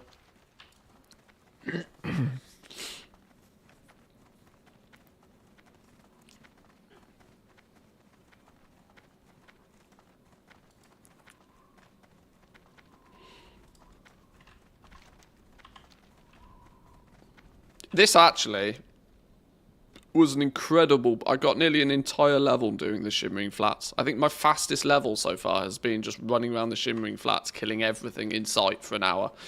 Handing in a whole bunch of quests. It was very, very good. Great, you got them. Now we need to get them to the gnomes, but first, let's take The out gnomes? one small item. Now that I have what I need, give these parts to Fizzle Brass Bolts. He's been waiting a long time for them. I'm sure he won't miss the little piece I removed from his order, and I wouldn't bother mentioning it to him. It was small and worthless. What's he sneaky in? Places the crate of parts on the ground, grabs a part and puts it in his pocket. He's hoodwinking. Now that I have what I need, give these parts to Fizzle Brass Bolts. He's been waiting a long time for them. I'm sure he won't miss the little piece I removed from his order, and I wouldn't bother mentioning it to him. It was small and worthless. Trust me. Oh, we have a thief. Good day to you. There they are, my hydro ratchets and repeater bolts. These will do just fine, thank you. All right, then. Now that we've done a service for the gnomes, it's time to do the goblins a favour. I hear that the goblin racer pilot, Nass Steamboil, didn't always use that name. I wonder why he changed it. I wonder if it's a secret, and I wonder if he values that secret. If anyone knows the truth, then it's Krazik of Booty Bay, on the southern tip of Stranglethorn. This is why. Speak with Krazik. This is why we didn't go straight to Booty Bay. If you can get useful information from him, then we might just turn a profit from it. Up with you. Alrighty. Goblin sponsorship. Here's another quest we can turn in.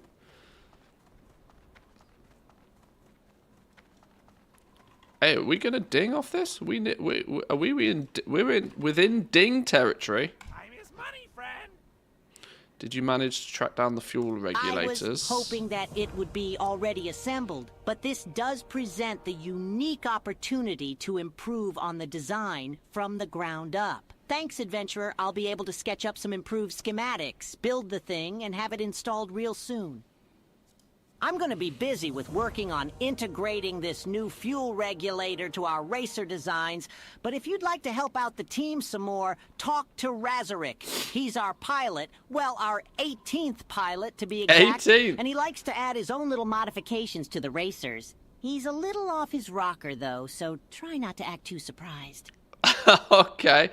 Now I want to know what happened to the first 17. I think I can probably guess.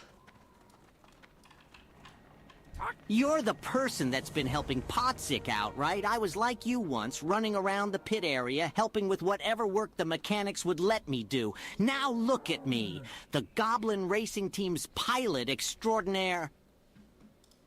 Podzik's a great mechanic, I know that, but he's afraid to just load on the firepower and grab on for the ride. Not me, though.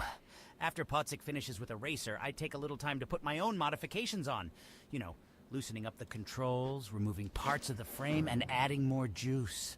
More juice. The Symphorium booster from Shreve at the Gizmorium in Gadgetson, but apparently the Zeppelin it was being sent on crashed in Dustwallow Marsh. I gotta have it, adventurer. Right, okay. So we've got to make sure this 18th pilot doesn't crash and burn like the previous 17. Let's go get him some parts. This leads to Gorilla Giblets, if I remember correctly.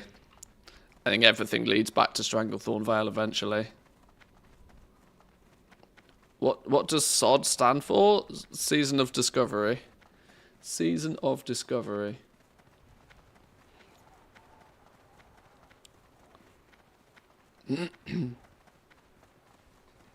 Ha! I've never spotted this before either. This is clearly where something went off the rails. Look.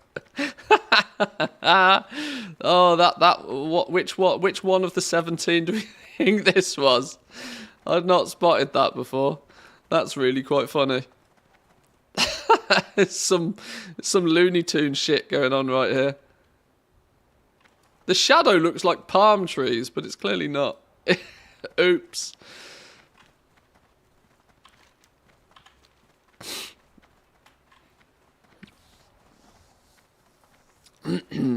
Although all the discovering is actually done in the first 10 wow, yeah, this is it. Super speedy, clever people do all the discovering, and then you just read it on Wowhead.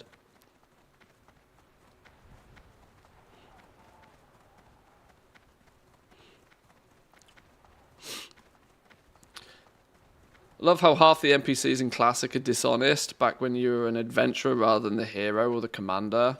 Yeah, there's something... humbling's not the right word, but there's something... For me, it's an RPG. It makes sense that you're not the hero from the word go. But the theory is also that there is contingency from one expansion to the next, right? So if you were the hero at one point, if you're already the commander, if you're already the savior, it's kind of hard to go back to be the humble apprentice again.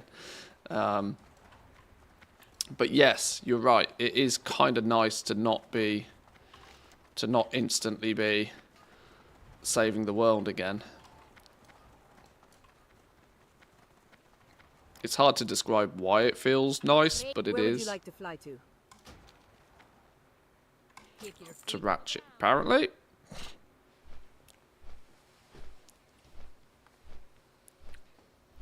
The runes were cooler in Phase 1. Naturally came across a few of them. In Phase 2, most of them are too complex or out the way or high level. Yeah, I mean, I'm level 37, and if it wasn't for the fact that, you know, I've been poked to go and get some of the new runes or start work on some of the new runes, I would 100% not have any idea that there was more runes in the game. There is nothing that I have come across on my travels up until level 37 that has given me any indication at all that there's new stuff outside of just 15 levels, honestly.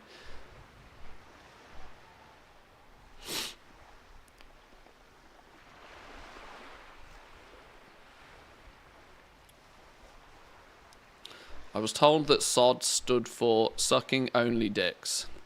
That is, of course, on urbandictionary.com. You will learn lots of things on urbandictionary.com that are also not necessarily strictly true. In any way, shape or form.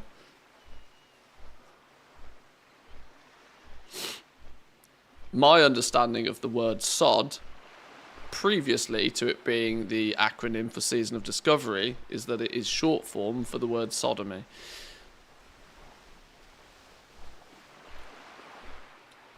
There was a common complaint on Reddit about Phase 2. In Phase 1 you were getting runes off the bat, yet in Phase 2 you don't see them or get them until you're in 40 plus zones, which is a shame.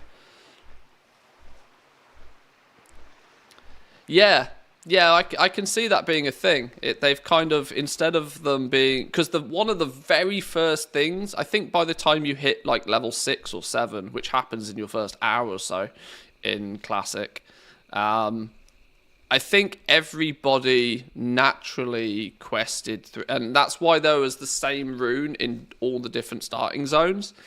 It was deliberately planted there so that you'd have to like really do something wrong to not stumble across it. In Phase 2 though, the like I said, it's one of those, if you know, you know. But if you know, if you just play this game mostly by yourself, if you're not reading Wowhead or watching streams or paying attention to TikToks and YouTube videos, you might not even know that anything has changed. The game doesn't prompt you for anything, which is odd. And if you just quest like I'm doing, you're looking at about, I would guess, average Joe is probably it's probably an average of 3 hours a level. So nearly, 40 plus hours of Phase 2 just to reach level 40 before there's anything even that's considered like remotely new. It's odd. It's like they've taken the retail approach. We're gonna waste 40 hours of your time whilst you level, and then we'll give you the new stuff. It's like, hello? What?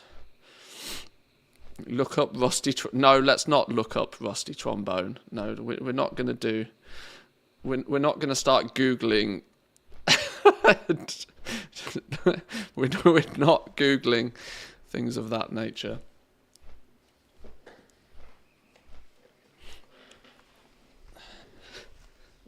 If somebody wants to Google heinous sexual acts, then you do your thing in your own time.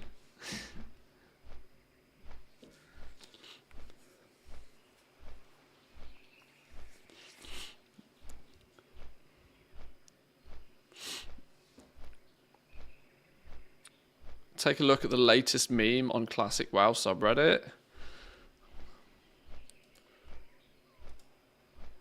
I'm rarely a fan of browsing Reddit or Twitter, if I'm honest. The Classic WoW subreddit.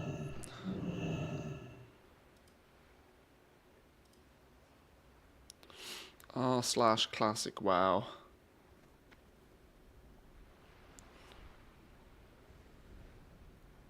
Rare picture of Blizzard devs at the first SOD meeting.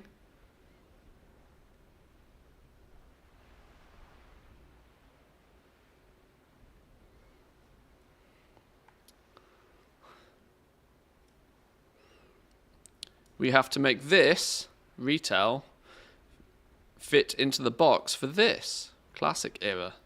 Using nothing but this. Boom. It's true. I mean, this in the background, I think this is pretty unrealistic. Pretty unrealistic because the servers they have in the background here are clearly better than Blizzard servers. So, totally not realistic. Sorry, don't buy it. Don't buy it. Ride the boat to Booty. Oh my god, the boat's there! Don't leave without me. Stop. Stop. Put the anchor down.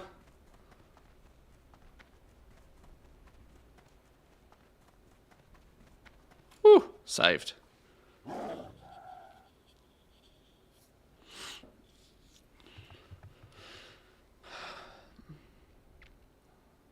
Worst part is that I learned about that one from a girl that reminds me of Michelle from the American Pie. Oh, God. Oh, yeah, I forgot about that in American Pie. This one time at band camp. Oh, I like the fact that they've put a Zandalari emissary in here, on this side of the boat. Otherwise, you'd have a pretty rude awakening if you were to randomly stroll into Stranglethorn at the wrong time.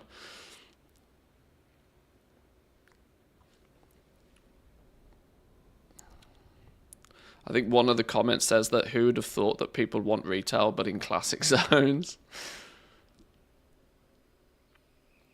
I'm kind of quite happy that retail and classic are significantly different. That for me, they are so different a game that they are practically different games. Even though they share, you know, the same branding, they share the word Warcraft, but classic is a completely different game to retail.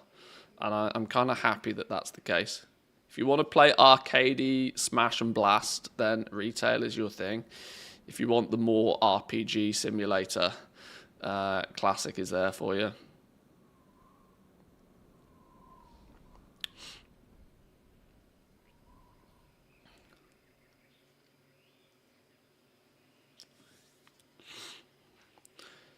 Kind of want to play classic, but there's so many things I can't get used to. The pace, see, the thing is that the classic pace is so much more. I think for a lot of people, the classic pace just fits better. While obviously Phase 2 Season of Discovery, I think, is slightly the exception to the rule here. Because obviously we're going through different phases, and there's always going to be those people that want to zerg to max level and complete everything as fast as possible. But the desire to zoom to max level, I don't think is quite as strong. It's more comfortable if you wish to just kind of like take your time and do it at your own pace. ATT is better than classic. I like a good bit of ATT action, but I also like to make sure I deal with it in doses.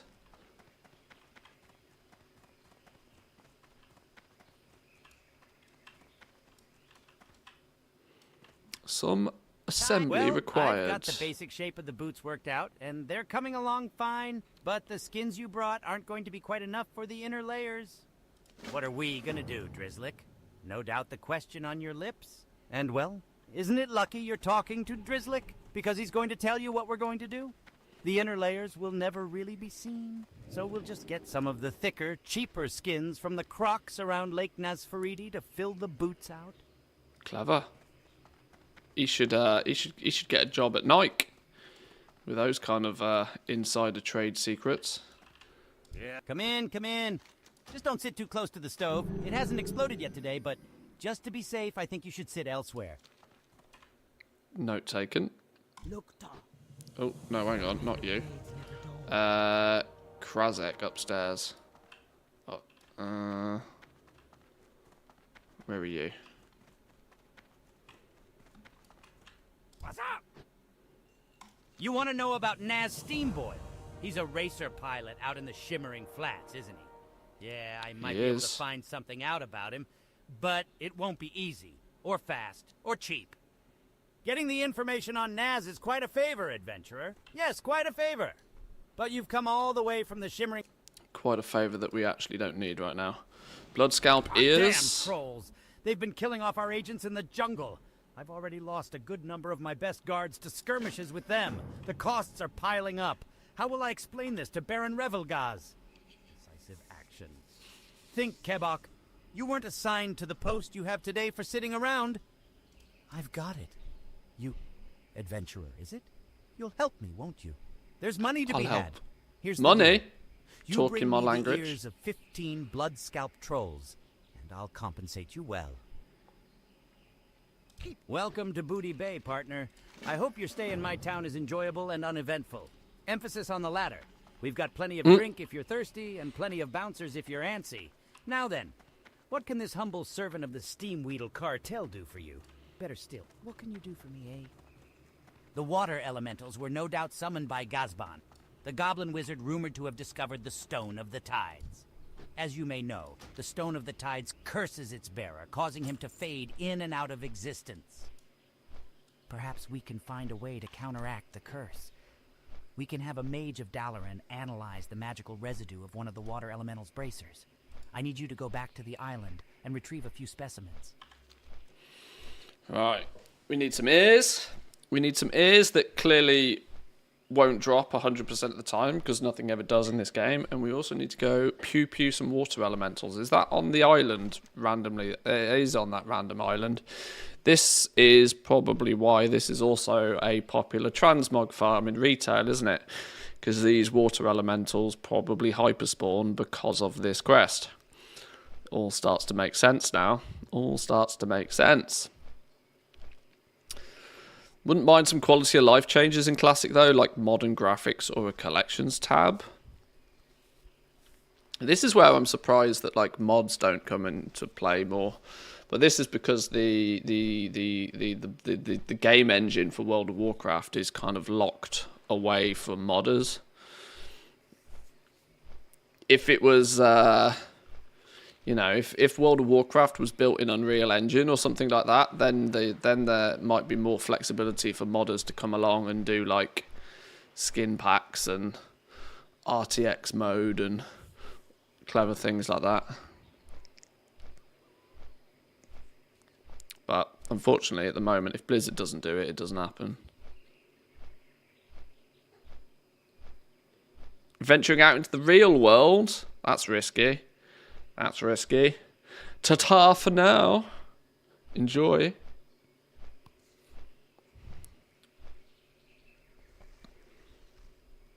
The only quality of life change that needs to be in Classic is instant mail. Yeah, the fact that still takes an hour is like, that's one of those things that is just unnecessary. It's just unnecessary. There's no need for that. It was probably a technical limitation way back in the day and done for a reason, but yeah, for it to take 60 minutes for a flipping pigeon to take your mail somewhere, not needed.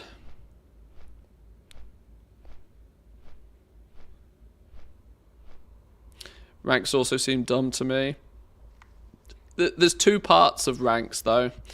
Ranked abilities play more of a role the further towards level 60 you get. Because quite often you would use a skill for its utility and not necessarily its damage. And so players would then down rank or use lower ranks of those abilities to, say, for example, consume less mana but still gain the utility from them, for example. There is a batch. While I agree most of the time you probably just use the highest rank of a skill you have access to, but there are some sort of skill gap style scenarios where you would use a lower rank deliberately. But I think they are actually also quite few and far between, so I kind of see your point. But that was the progression back then, right? You know, every other level you get a new skill, or if you don't get the new skill, you get a stronger hitting version of that skill. It's one of those, for me, it's one of those quality of life things that we have in retail now that actually takes away from the game in some degree. The fact that you just automatically learn new abilities without even going to a trainer now in retail, and that they just all the abilities just scale with you and stuff. It takes a lot of the RPG out of it, which is why I don't want too much retail stuff over, you know, to be brought in. But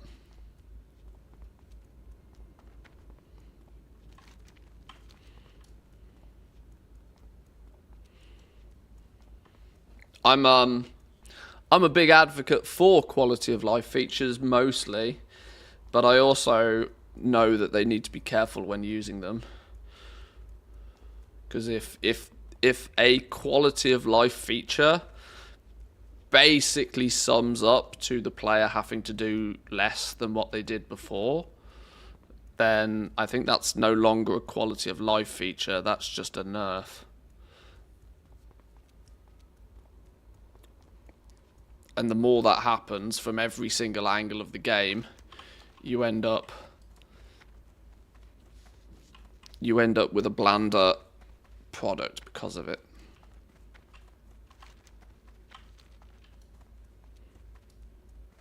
If you're making a curry and you're like, we don't really need, you know, it'd be a quicker curry to make if we took out this spice. And it's like, oh well, yeah, we could also shave off a little bit of cooking time if we took out this spice. And then you end up with just like slightly yellow water at the end of it.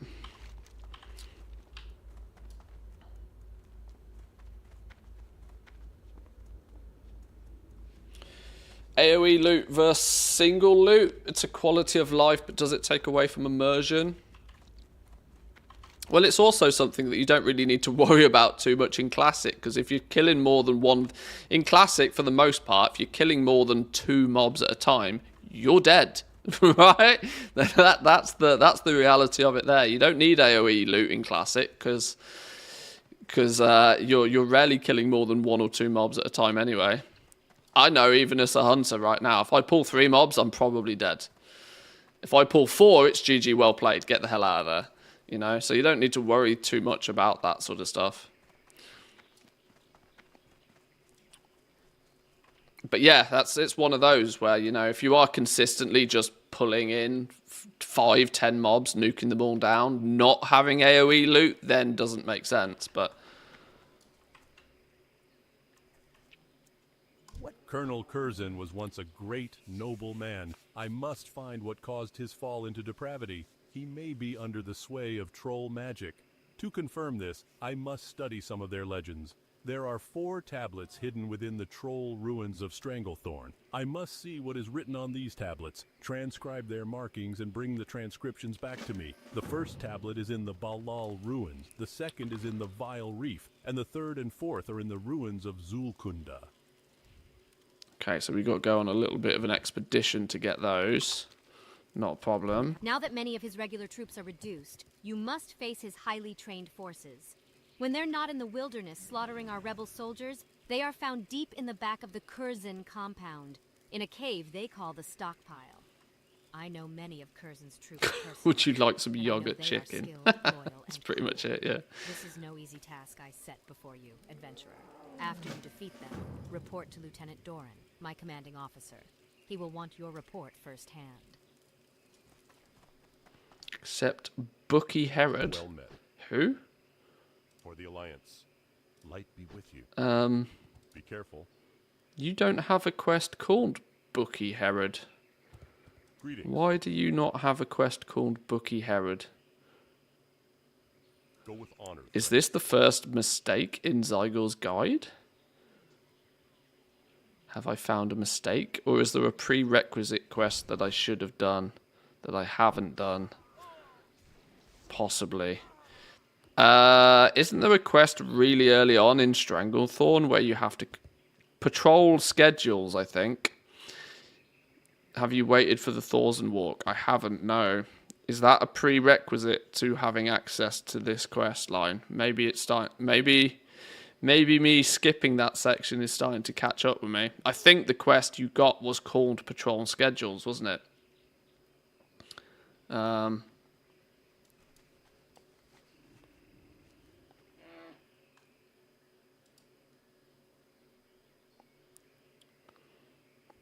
I think it probably was.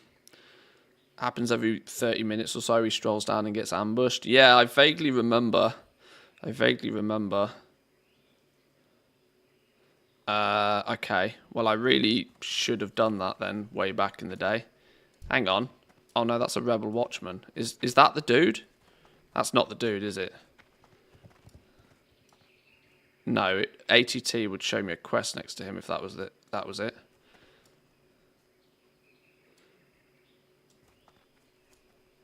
Are you just a random patrol? Bucky Herod is a quest after Jungle Secrets, after Thorson. Okay. So yeah, I've skipped a step at some point because I couldn't be bothered to wait. And that's screwed me. So Thorson is not here. That either means he's en route or he's already dead. He could be either en route or he's already dead. Oh no, he's here, look. He's on his way back. This is a dangerous place, adventurer. Be careful around here. Does that mean he's rezzed and he's come back? See you around.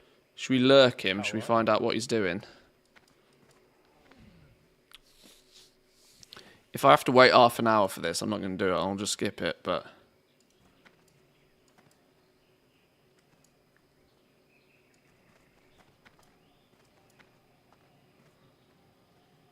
I'm wondering if he just turns right back round. Returning from patrol, nothing new to report. It's pretty quiet out there. Don't get too comfortable and Cousin won't leave us alone forever. What's the odds this is now what triggers the 30-minute cooldown on him going exploring again? Hey there. This is a dangerous place, adventurer. Be careful around here. I'm going to whack a skull on your head. And I'm going to take a quick break for 2 minutes, considering ads are actually running at the moment anyway. I'll be back in 2.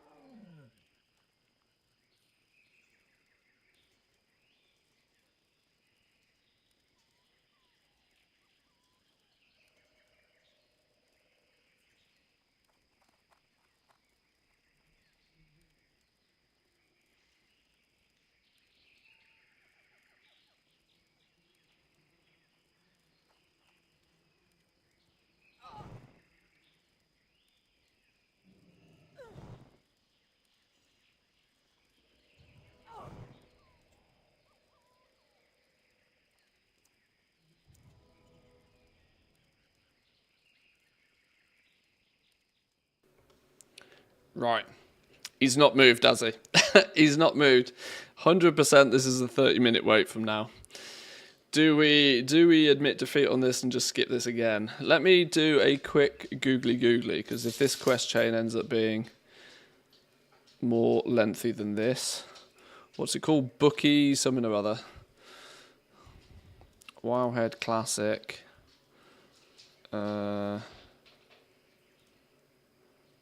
Bucky Herod.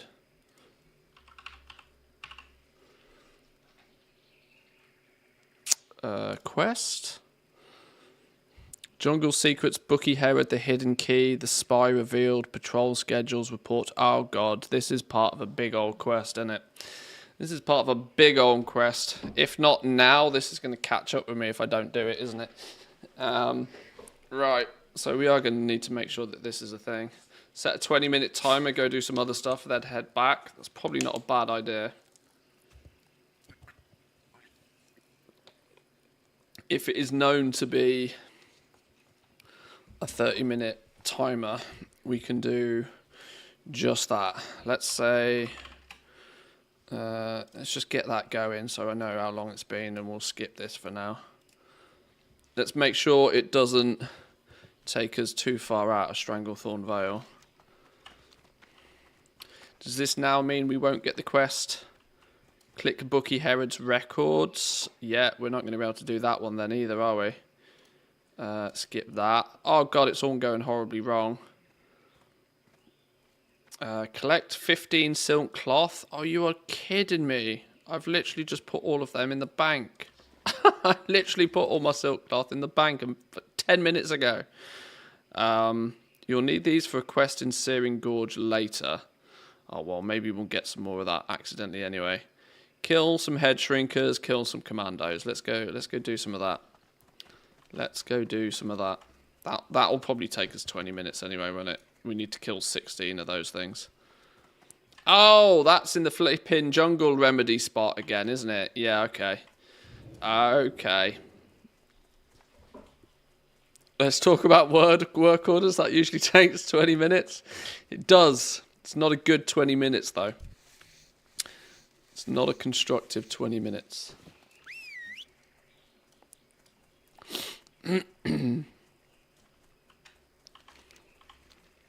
It is, yes, quite definitely a way to consume 20 minutes, but I've only got rep gains for 33 minutes and all. When does my sleeping... Oh, my sleeping bag doesn't come off cooldown for 2 hours. This is annoying. This is nice, but it's also frustrating that the cooldown on the sleeping bag extends further than the amount of time you get the well-rested buff for. It means there's a period in time where this buff disappears, and I'm like, should I just log out now? Is it now better to just log out and log back in whenever this comes off cooldown? Because this isn't linked to in-game time, this is linked to IRL time.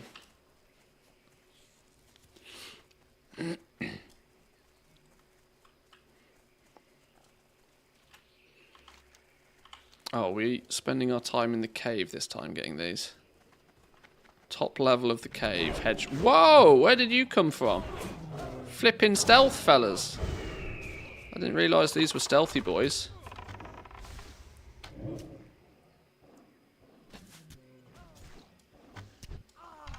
Where did the other one go?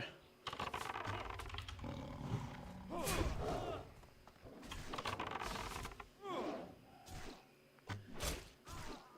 feel the same, sleeping bag curse. Yeah, when you've gone out of your way to do something that gives you a 3% buff in the name of being, you know, efficient, it feels then very inefficient to not use it.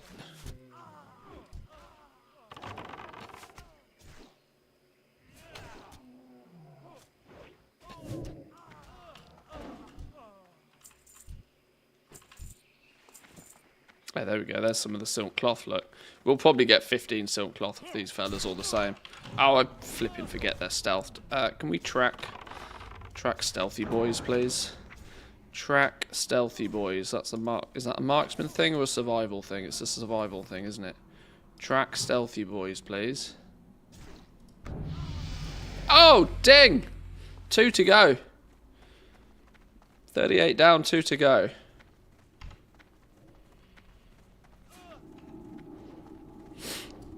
In that case, wang another point in frenzy.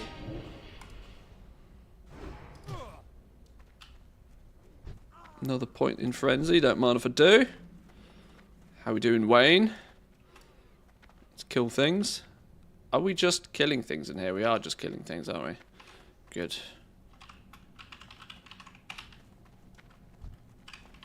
Corporal Wayne, let's go, go, go. Where the flippin' hell are you going? Where are you going? Alright, we'll split off. We'll do 2 directions.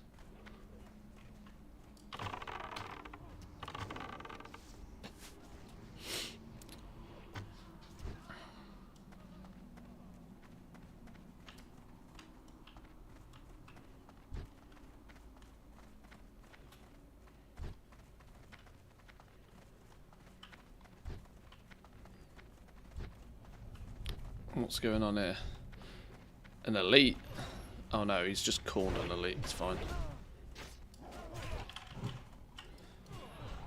Oh, hang on. Hang on. They're not this deep, are they? These are probably part of the next stage.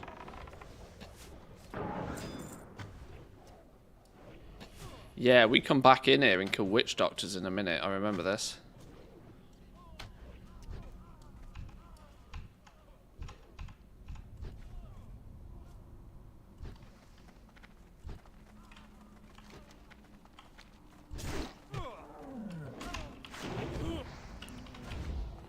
Wait, did you?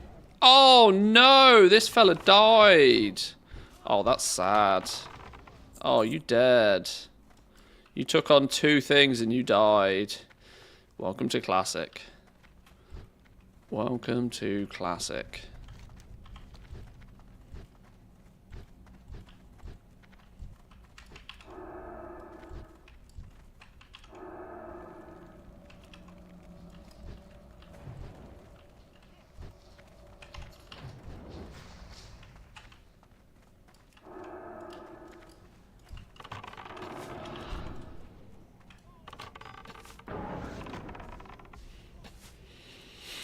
All that extra kill XP because you have to venture deeper each time. Yeah, I mean, we'll kill some more things, it's fine. We clearly need the silk cloth at the same time as well, so...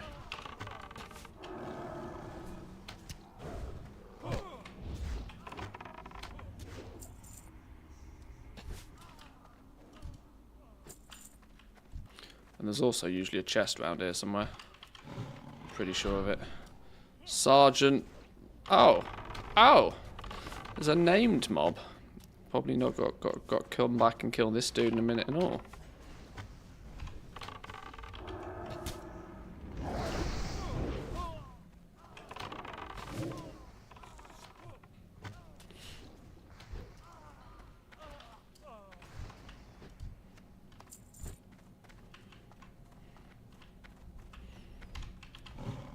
Zygor definitely thinks there's a headhunter around here somewhere. Yeah, the chest sometimes spawns down here, if I remember. I might be wrong.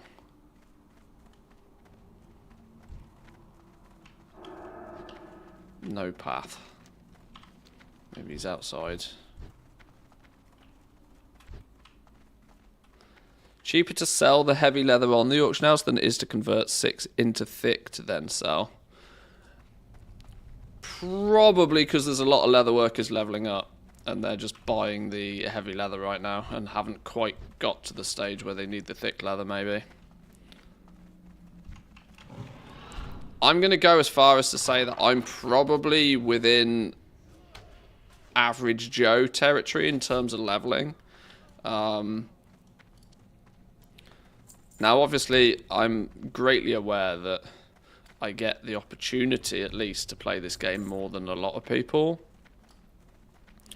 But at the same time, I've since it launched, when last Thursday, are we clocking up 7 days now? Have we had? It's a week now, isn't it? It's been practically a week. Season of Discovery's been out.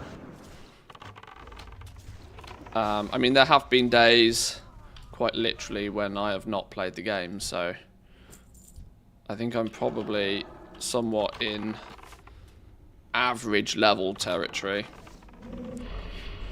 meaning if I've not leveled up my professions yet because I've not dinged 40 and I've been putting it off until I hit 40, I think a lot of people are probably in the same boat.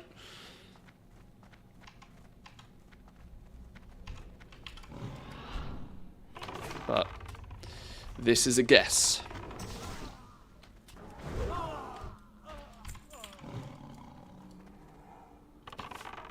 10 minutes, thanks. Yes, we'll head back. Well, we should be able to finish this part of the quest, and then we'll head back. We'll give it a few minutes of leeway. I need 3 more commandos, and these are the stealthy fellas, aren't they? Should be lurking around the entrance.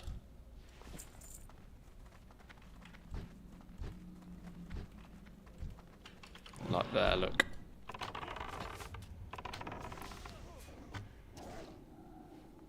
Some of the P2 boxes are so expensive to fill. If they're using anything that's in any sort of demand at level 4, 80 gold to fill a box? Ouch. Somebody said, actually, there's no point going past Honoured with the boxes anyway. Because you can get to Revered, can't you now? So I think somebody said there's basically no point going past it. Unless you're an alchemist.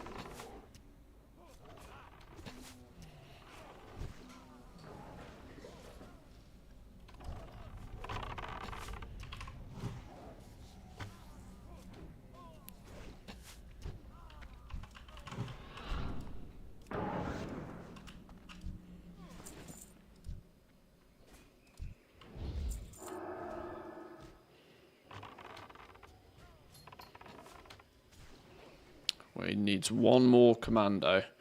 Should help Wayne find another commando.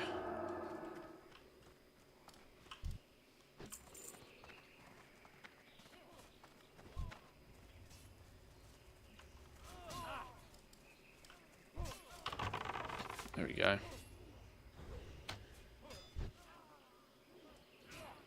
Nice. Nice.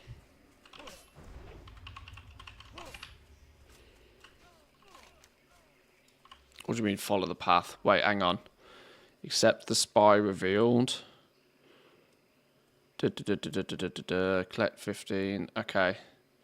Skip this for now.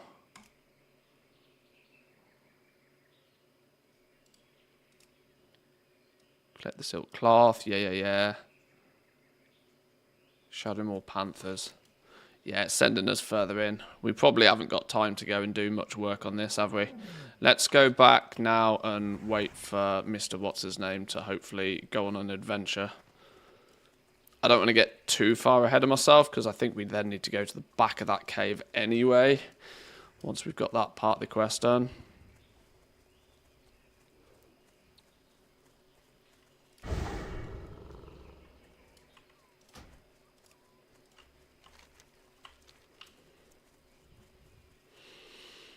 $10 for a bank tab too. Who's got that sort of gold? Could use a few 16 slot bags. Classic life. Things are expensive.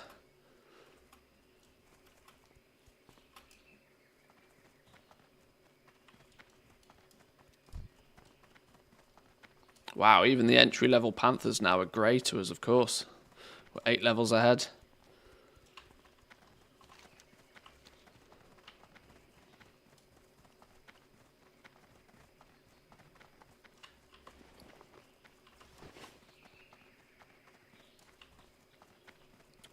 Where is he? He's here. Let's put a target on his head so we don't miss him.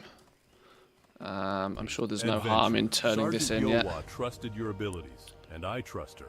The defeat you brought to Curzon's forces is almost too much to hope for. I had feared we rebels were alone, and alone we could never stand up against the Colonel's brilliance. Perhaps hope of our survival yet remains. You have proven yourself time and again, and your resourcefulness seems to rival even that of Curzon himself. You may be the salvation of our band of rebels, if you can pit yourself against Curzon and prevail. He commands his men from deep within the stockpile. You must enter that cave, brave through his defenders, and face Curzon and his leaders. Farewell, adventurer, my hope, and the fate of my men. We're going back in that cave a few times, I think. Sounds like we're going to be permanent residents in that cave. It means we need to save Private Thorson and get his initial quest then. Skipping this entire quest line is going to shave off way too much experience.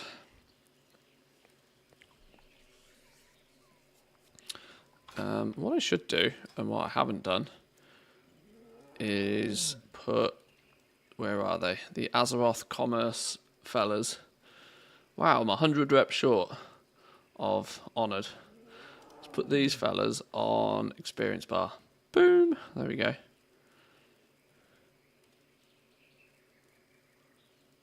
Don't forget to bring your 5 gold rent for the month. Hey, we're freeloading. Streamer privilege. We'll freeload. Right, let's wait for him to start moving.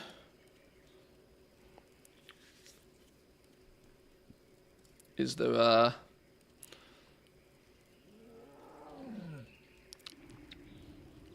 Wowhead seems to have been... They seem to have switched off completely for Phase 2, which confuses me. They're reporting on a few news things, but they seem not to have... They seem not to have paid their guide writers for Phase 2. Because the Hunter Guide, for example, hasn't been updated, like, ever. I wonder if that's true. It's all still old Phase 1 info.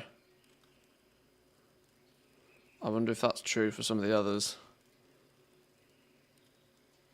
Okay, well this has been updated a week ago, but it still says for Phase 1.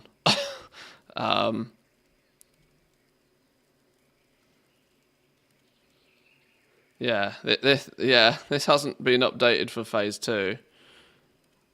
Unless there's something at the bottom of these. Base level, Phase 1, level 25, best in slot armor types, runes. Yeah. What's happened to Wowhead's guide writers? Is there a strike? What's the situation here? What's another popular one? Mage. Also not been updated for a long time. Phase 2 overview, consumables, buffs, professions, and that. He's not moved, has he? No.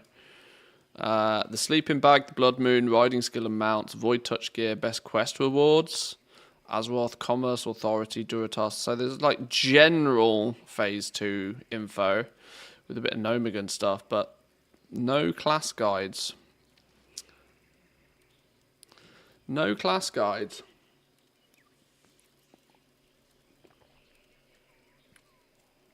I did find, somebody recommended to me, let me see if I can find it. Somebody did point out to me a website called Zockify, which I wasn't aware of previously. But Zockify seems to have some Phase 2 stuff. Zockify has got at least DPS Hunter stuff. BM Hunter talents and runes, best Hunter pets in Season of Discovery. In terms of DPS, the melee spec is superior. Is the superior Hunter spec in Nomagon at level 40. You can play melee Hunter with either a BM spec or a survival spec.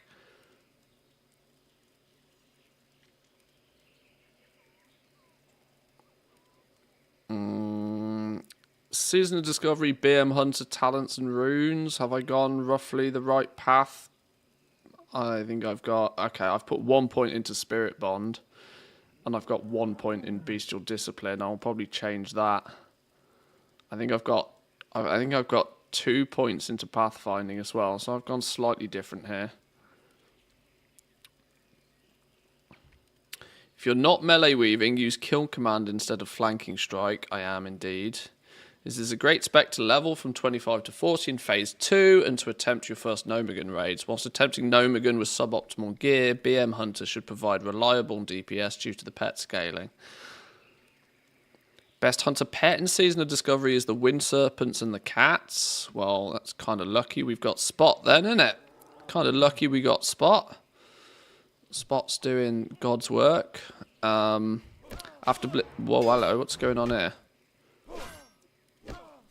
Well, we'll let you have an argument. I don't know what's going on.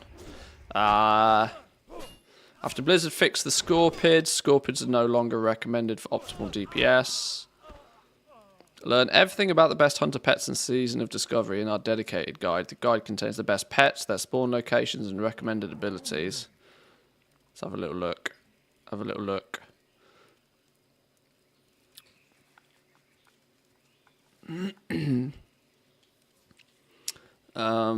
If you use Kill Command, take any cat. The attack speed of the cat does not matter for Kill Command. Raptors are very close to cats and can be used as well.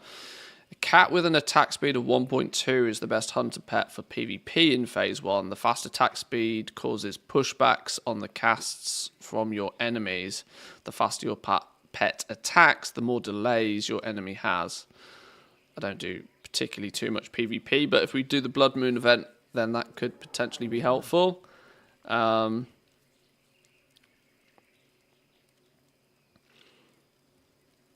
To find the best wind serpents, you'll want to tame Washtaporn in the Barrens, or a cloud serpent from Thousand Needles. Both these wind serpents come with lightning breath. Breathes lightning, instantly dealing 36 damage to 41 damage to a single target. Let's make sure we don't... Oh my god, he's moving, he's running. I wasn't paying attention. Where's he gone? Shit, come back. Less dots.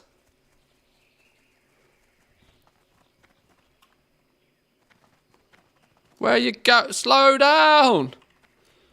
Do I have to be close to him before... Because he gets attacked, doesn't he? And then we have to save his ass.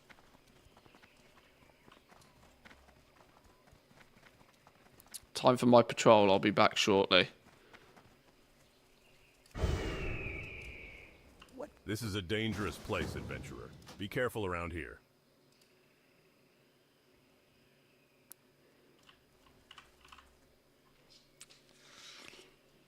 Oh, here we go. He gets attacked by these fellas, look. We'll nuke their ass.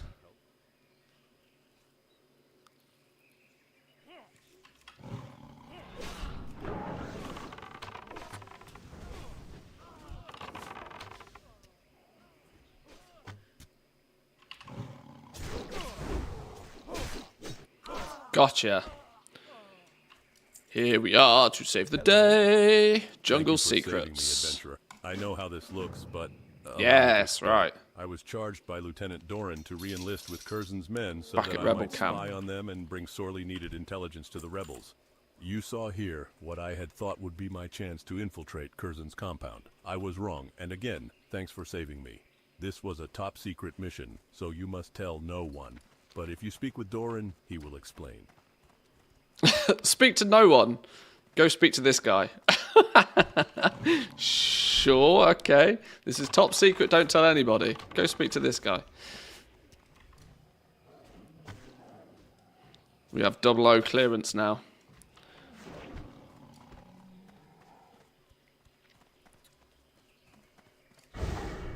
Right, hopefully this now means we can turn this in and then pick up this Bookie Herod quest.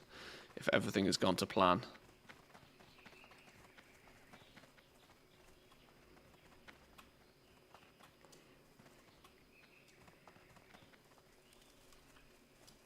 Greetings.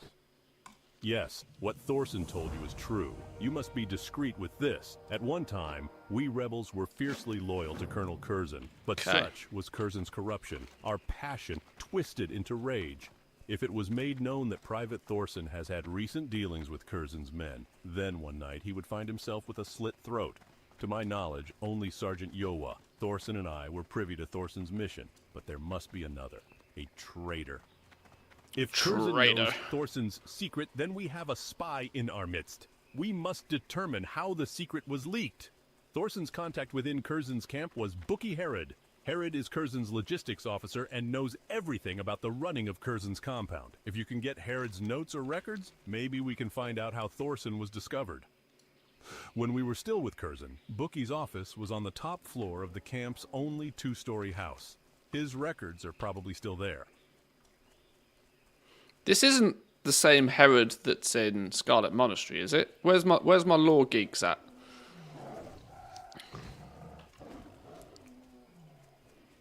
Because isn't Herod a boss in Scarlet Monastery? Isn't he the end boss at one of them? It's not the it's not the same dude, is it?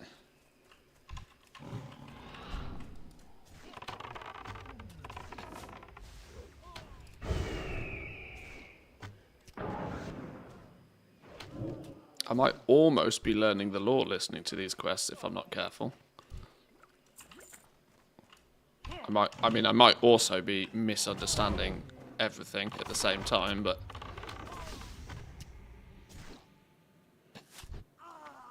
a 00 level 40, you know it, you know it. Upstairs in the building. Is it this box? No, you're a food crate. Screw you. Ow! That's what these books are. I remember when I was in here last time, I was like, why has this room got nothing but a pile of books in it? Well, now we know. Although no mention of Private Thorson is found in the records, hidden within the bindings of one of Herod's ledger's books is a small brass key. Use this brass key to open Bookie Herod's strongbox.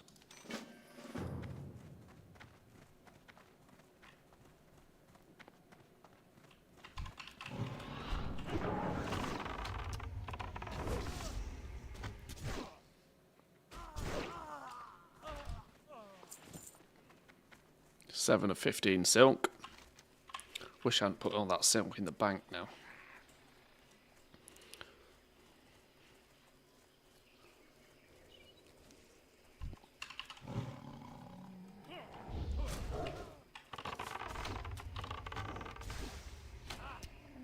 Right, now, in theory, we can just run straight there for the most part. Obviously, avoiding anybody that's in our path, but hopefully there's not too many stealth dudes.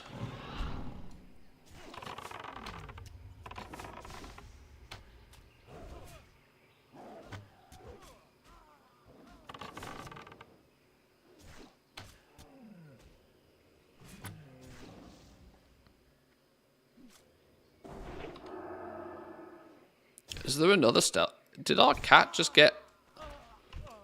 Our cat just got ninjured.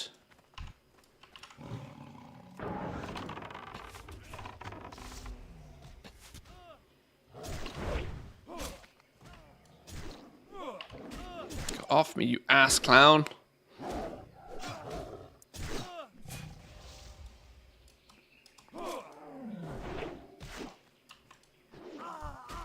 Stupid rogues, man. Oh my god, there's another one. Can't move in this place.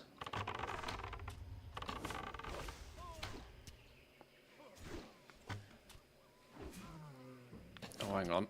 Spot needs a Scooby snack.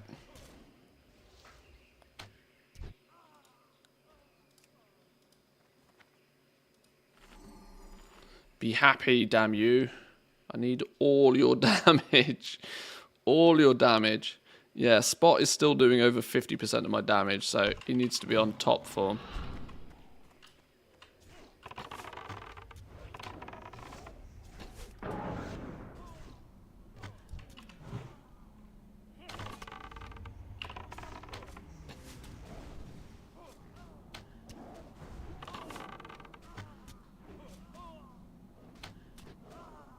Oh, these guys can drop thick Murloc armor. I wonder if that's worth anything.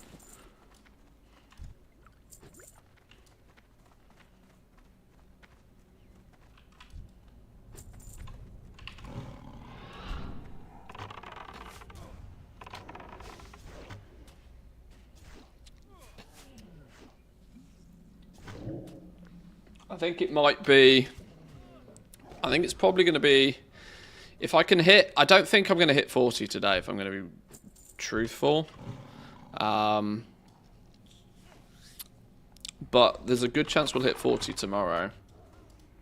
And if we hit 40 tomorrow, then we can probably start having a little bit of a play with professions as well tomorrow. A bit late to the party, considering, you know, we are literally a week into phase 2 now. The time to really have a good play with professions is probably come and gone, but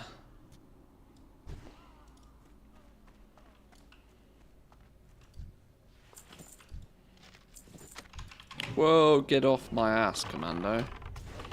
We can level up leatherworking, and then I need to make the decision of whether I keep skinning about, or do we can skinning off in favour of something else. I'm tempted by enchanting. Now, I know I've said this before, and I haven't actually done it, but I'm tempted by enchanting. Just because I think enchanting will grow in value in the later phases. Just because there'll be probably less people that will have kept up with it. And historically, enchanting's quite expensive to level up. And if you can kind of level it up while it's quote-unquote cheap,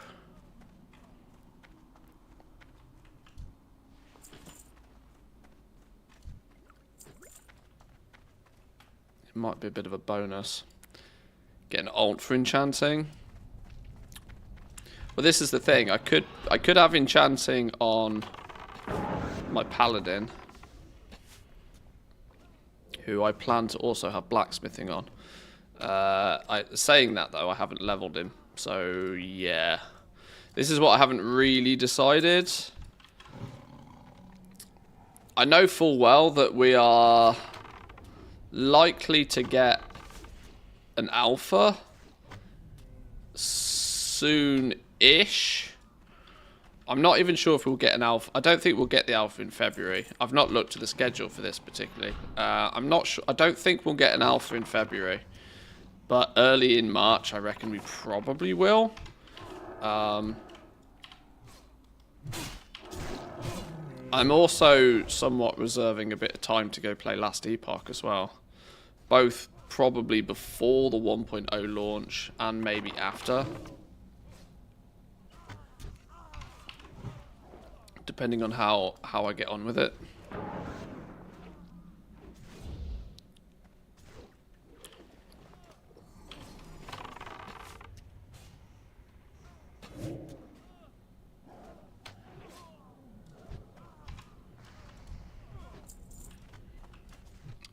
We need some mana, like double time.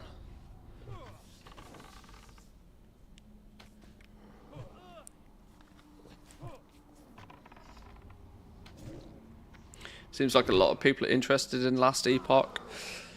I think the best thing that could have happened for Last Epoch is D4 being trash. I suspect there'll be a lot of... I mean, Path of Exile had this advantage. The best thing that happened to Path of Exile was that Diablo 4 ended up being dog do. As there's lots of people who enjoy that genre of game that were really hoping to get their teeth stuck into Diablo 4, and then when it turned out to be a pile of steaming, a lot of those players have been looking to scratch the itch somewhere else. And I've heard good things about Last Epoch, so I think, you know, it's worth giving it a go, and it's a convenient time as they're about to come out of early access and launch into 1.0. Is PoE 2 even real? When is it coming out? Well, I heard it's coming out next year, but who knows? I wonder if Grinding Gears will be... it's Grinding Gear Games, isn't it, with PoE? I wonder if they'll just be happy to release it when it's ready, sort of thing. It's not like Path of Exile's going anywhere, you know. There's still a pretty solid player base for Path of Exile. And like I said, for as long as Diablo 4 is trash, Path of Exile is probably just raking in all of the rejects, you know. Not rejects, sorry. Could start calling them reject. All of the you know, the more general casualties. The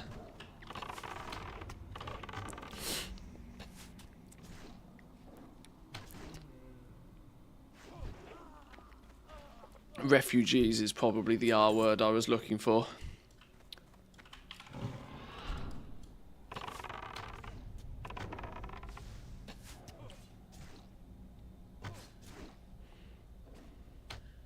(2025) It feels like it's 7 years late for me. We'll have to see.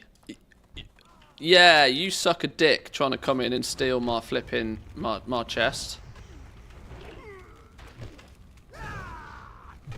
That'll teach you. What?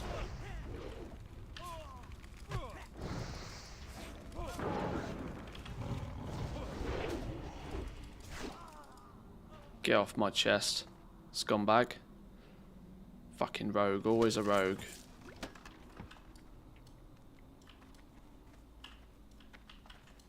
Where's this hidden key then? Downstairs inside the cave. Okay, so we're not even in the right spot. Where are we?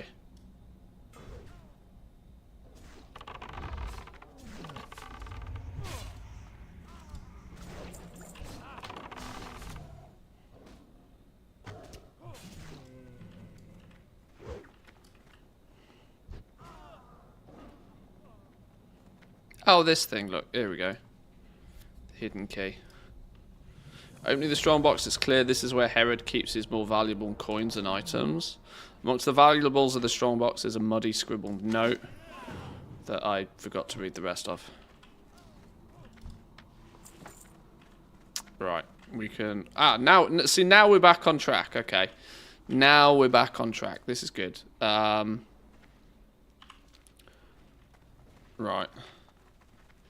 Go kill some panthers then. Not sure I like the style of Last Epoch, but we'll see. I mean, I've not tried it. I've heard good things, but obviously this is from people that have A, played it, and B, enjoyed it. Now, that doesn't necessarily mean that when I play it, I will enjoy it. But I'm willing to give it a go.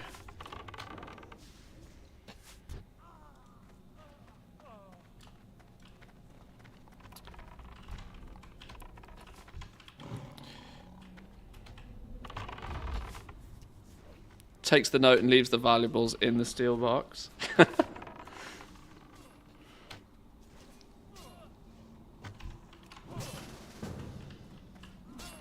I don't need a group. I'm literally just trying to get out of here.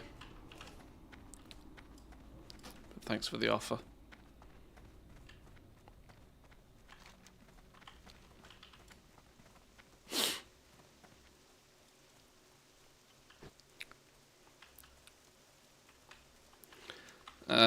Nowadays games have too many effects for my taste. Everything is booming, sparkling and such. Yeah, I mean, that's not too uncommon. Like I said, I've not even really looked at Last Epoch particularly. I've not even seen much gameplay from it. It's just been recommended to me by a couple of people now. Plus, I also know one of the developers. I know one of the developers that made the economy in the game, or was critical to building out the economy in the game. He's actually a TSM dev as well. So it's I mean, I'm intrigued to have a look, honestly, if nothing else.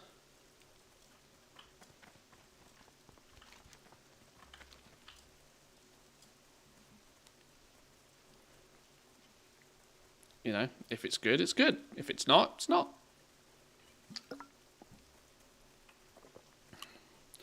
We need panthers. Oh, they're stealthy boys and all, aren't they? Stealthy boy panthers. That's a tiger, not a stealthy boy panther. I have hidden tracked. Is tracking hidden or tracking beasts a better solution here? Or all of the above?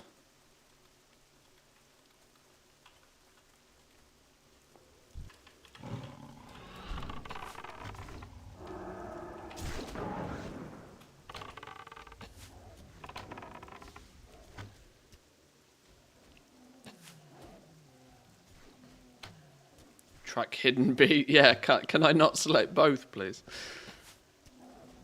I would like all of the options. Right, one. Are you killing that because you need to kill that? Oh. You're also the wrong faction, you scum. You horde scum.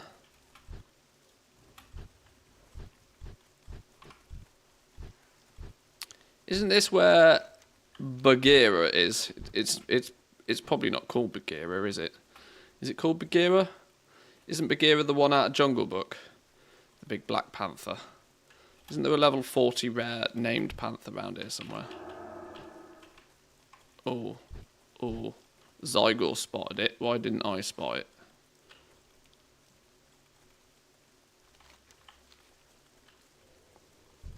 Oh, I heard a thing. Go. Fuck off, it's mine.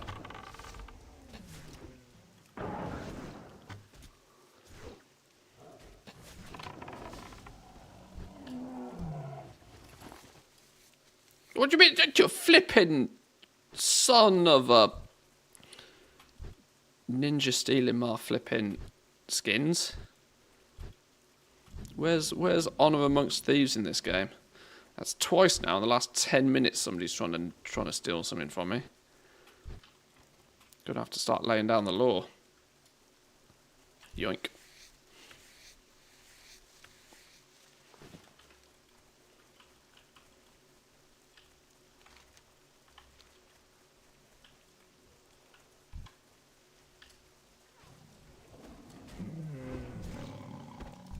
Ah, see? See? Two can play that game. If you can't beat them, join them. Can't beat them, join them. Oh, yeah, look, here he is. Bagheera. See, I knew those. I knew. Oh, I don't think you wanted to do that, did you? Did he want to do that? Should we see if he wanted to do that? Okay, maybe he did want to do that. Maybe that's exactly what he wanted to do. I'll leave you to it, fella.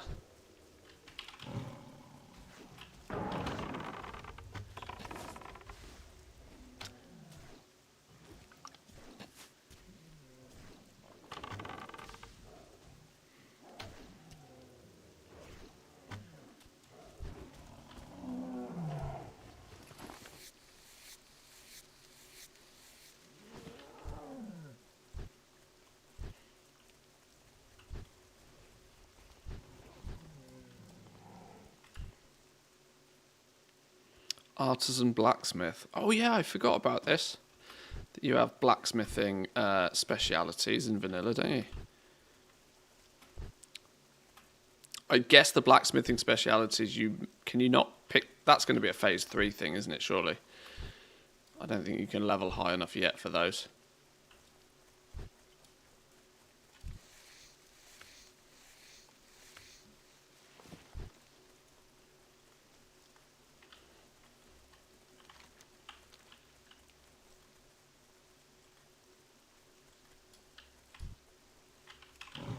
We should kill the tigers anyway.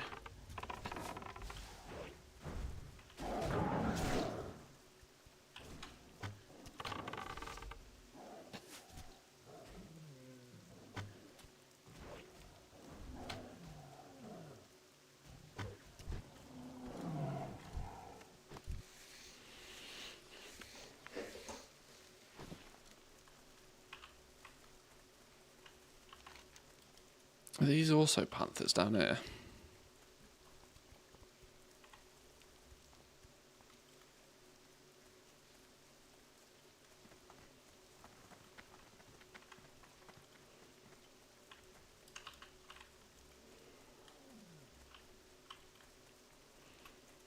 Come on, let me up the hill. Go, go, go. Yes. Sneaky.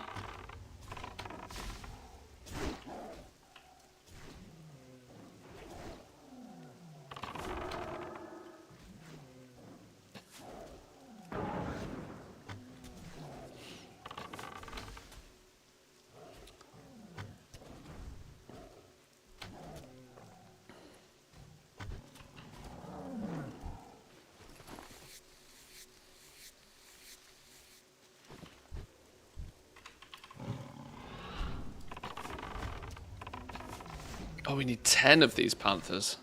Okay, this is number 5. It's not been too bad. Maybe most people are lurking up this area.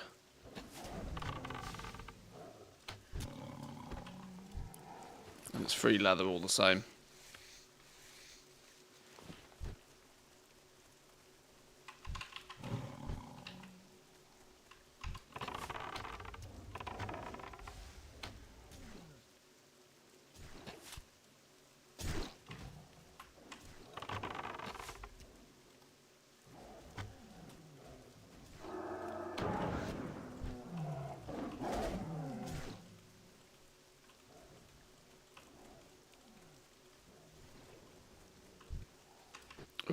Oh, I spotted one then. Where was it?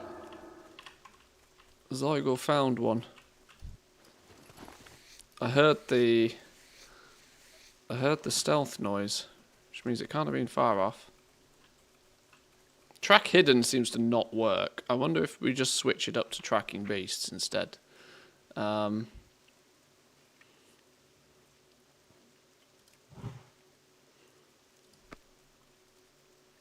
Tiger, tiger, tiger, spot, jungle, thunderer, thunderer, tiger, tiger. Okay. So that doesn't seem to work either. Oh, there we go, look. Okay, yeah, there's no tracking that's going to find these. On my talents currently, I've gone full BM spec. Full BM.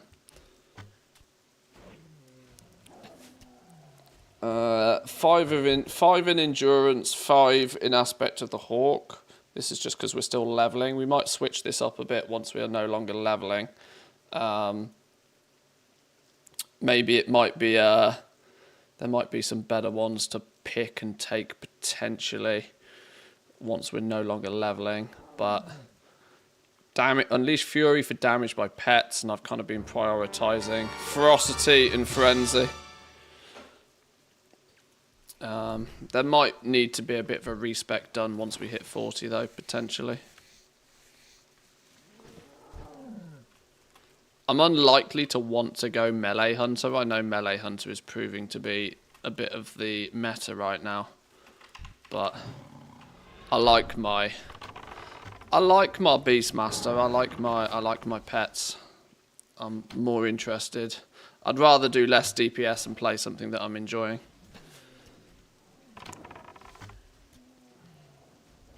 Yeah, melee hunter is kind of taking the crown, but I don't think it's my thing. I try not to chase the meta. I try to just play what I find enjoyable.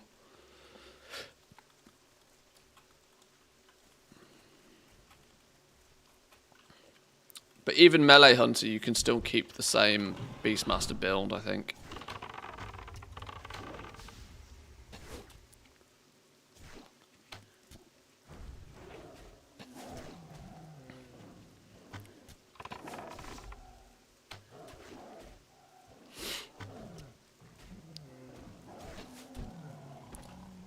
Seven.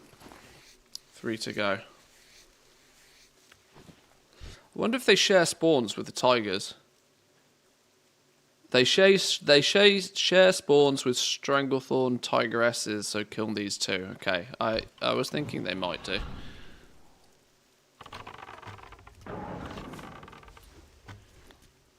XP's XP at the end of the day. Yeah, see, now I'm in this weird spot. I've got 28 minutes until my sleeping bag works again. But I now don't have the 3% buff. Which kind of annoyingly makes it feel like any progress I'm making right now is suboptimal. Not that I chase optimizations, but 3% is 3%.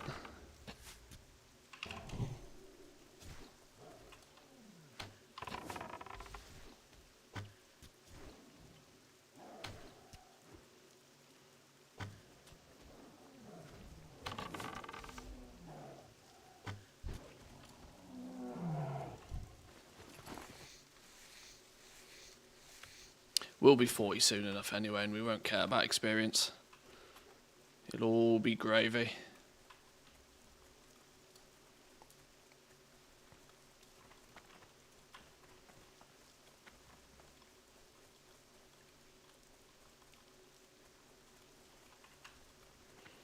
Let's head back up this way, see if there's been any respawns on this side.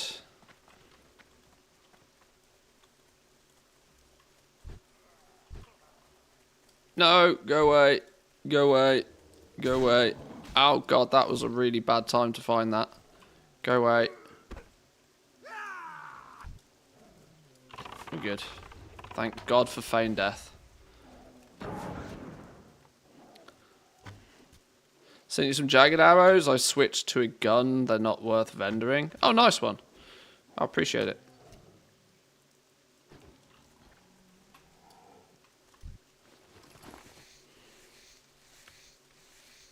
I'm hoping what I've got in my bags right now will last me to 40. I'm hoping I'm not going to have to restock before 40. Because that'll feel bad.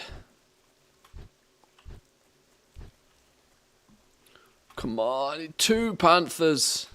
2.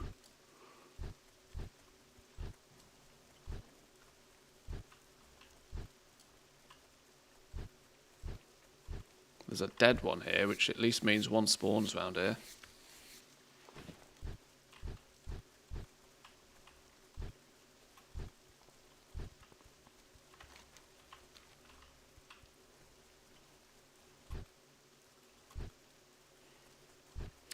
There's also plenty of people around here, so I think everybody is looking for these panthers. Oh, hello. Where's that? Oh no, you've been tagged already. Boo. Boo! Move on. Find the next one.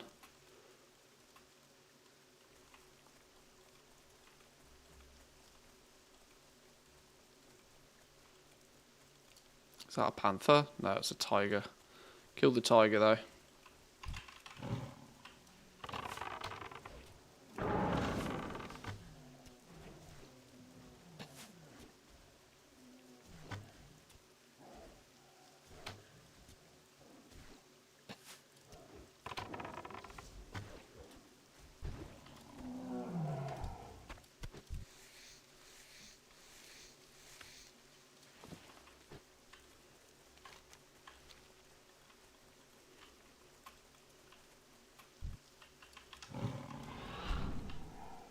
Has that not been tagged?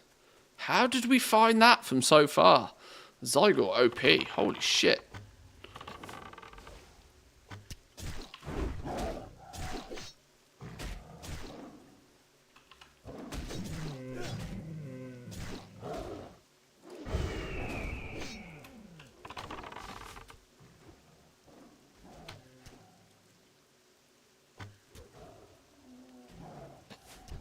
Boom, headshot. One more. One more. One more's got to be easy, right? Let's go into a corner where nobody else goes.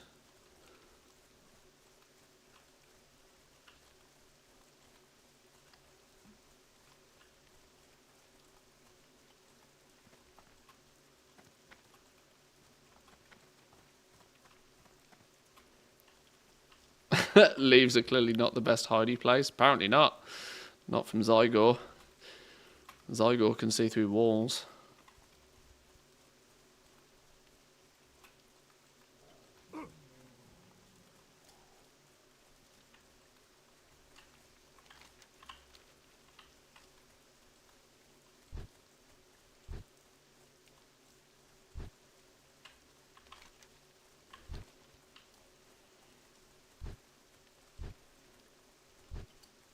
It's not even any tigers, so clearly everybody else is just nuking everything in the zone.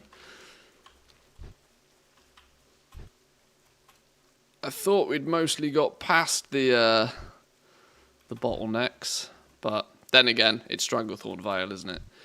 It's there's probably a lot of people that are just 100% leveling through Stranglethorn Vale, since there's I'm not quite sure why there's level 40s running around doing this particularly, unless they're just farming quests for gold again, which is also actually pretty probable. Quite smart.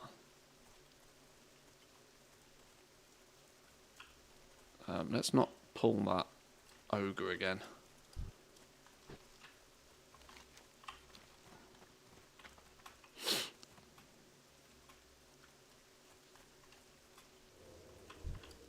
There we go. There's our last panther boy.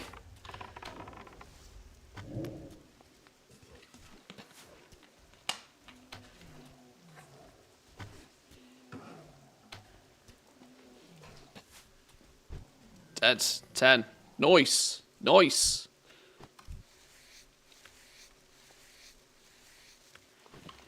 Oh!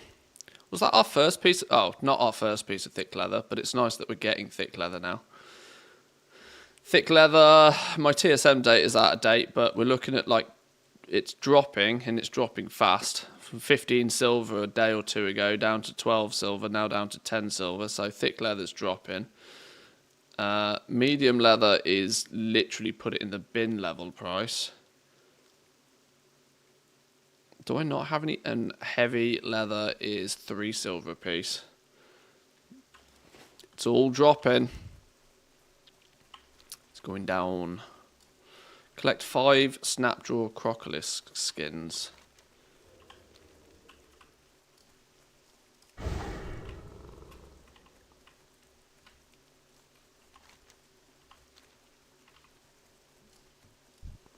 Let's avoid the monkeys for a minute.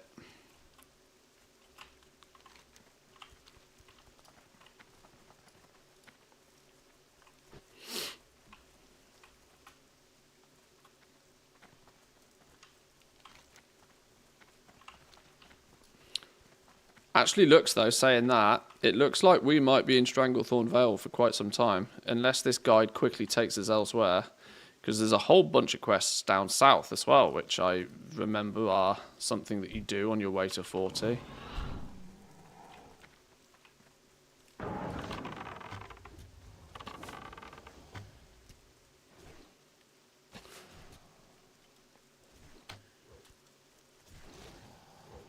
Although I looked ahead in the guide, and we do go a few other places before we hit 40, so hopefully we don't spend too long in STV. I think we had... where do we go next? We're in STV now. We're going to go over to Swamp of Sorrows before too long, even up to Alterac Mountains, and then probably Ding in our Rathi Highlands, or maybe Dustwallow Marsh, one of the two. So yeah, actually, this is our last stretch in Stranglethorn Vale. We do a few quests here, and then we'll leave them be. Which I think is actually probably smart. Just due to the fact that it's going to be busy, busy, busy here on nearly every quest, I reckon. STV is the best level in the zone. Well, I mean, it is, yeah, it is good for leveling generally, just not when everybody else is also leveling there. You're going to have way too much competition on tags. And obviously the Blood Moon event is here, which is going to mean a lot of people all just kind of be here for other reasons as well.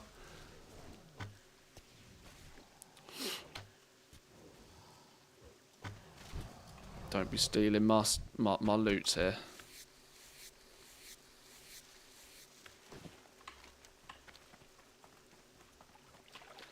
Pet needs love. Oh, he does. He could do with a Scooby snack.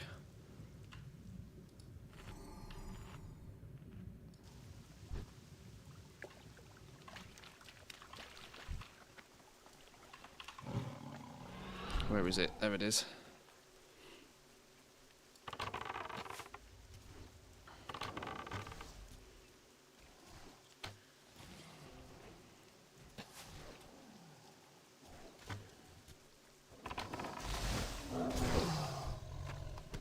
Woohoo! 1. Whoa, whoa, whoa, whoa. Insta respawn right on top.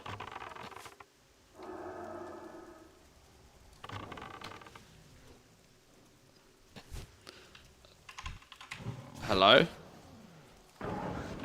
Does this crocodile insta respawn? What's going on? That's like the 3rd time in a row he's just gone boop.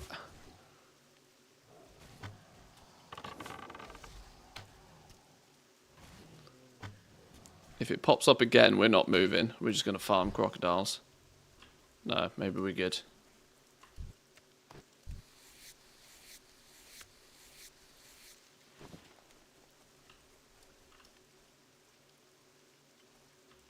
Yeah, I'm here for the skin too, my friend.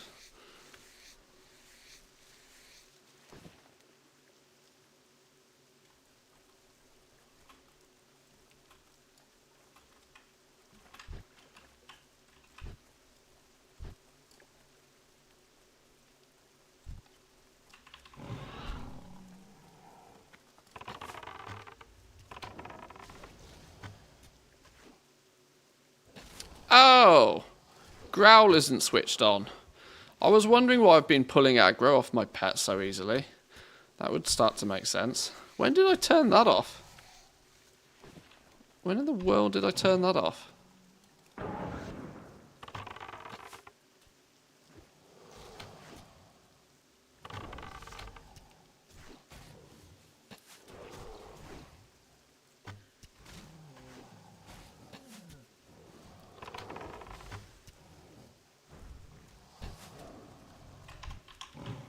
Oh, loving these insta respawn crocodiles though.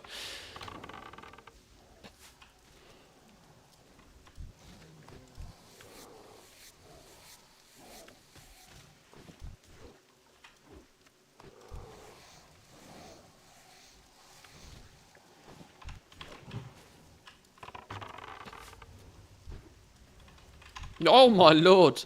It doesn't stop. This is much better than having to run around exploring. Assuming at some point in a minute it'll let me actually loot them. Are we good, game? Are we good? Oh, what? Neither of them gave me a skin. If it's not rats without ears, it's crocodiles without skin.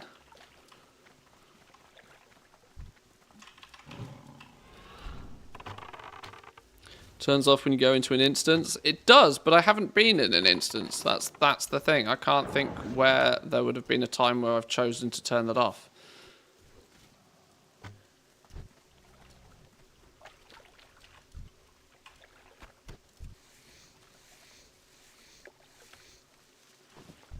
I've not actually done a single. I've not done a single dungeon on this leveling so far.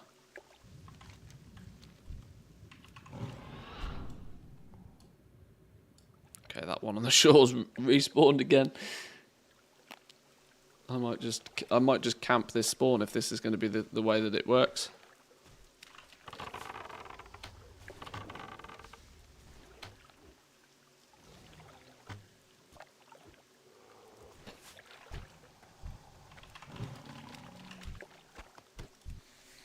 Right, one more. One more.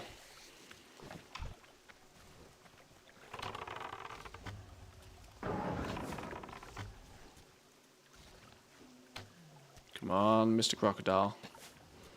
I can see that you clearly have skin. So, can I have it? Because I need to make a pair of boots. Yeah, good job. Good job, Crocodile. Well done on having skin. Raptors. Okay, this is just a kiln quest. This means we need to group up.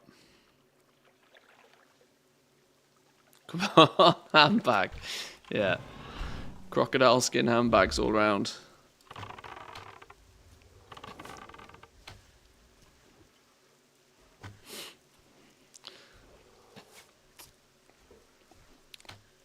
Gotta be careful. Petter will start having words if we start turning crocodiles into handbags.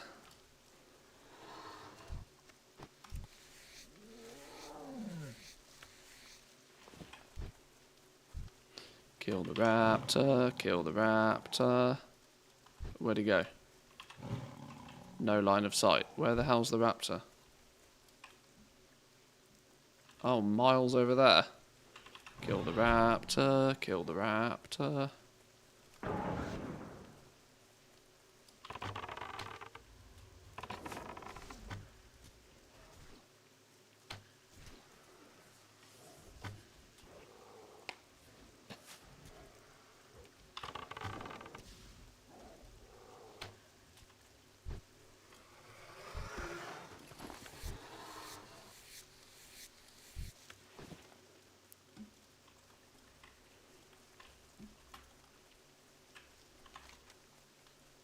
Okay, we can go south for these raptors as well.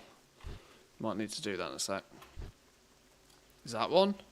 No, that's a gorilla. These are all gorillas. Is a raptor considered a beast? It is, surely, right?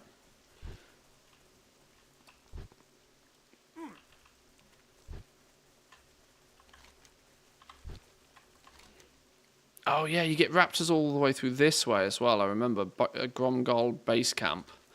We probably don't want to get too close to that though, because that's a horde encampment, right? I think. That's going to end badly. Bad.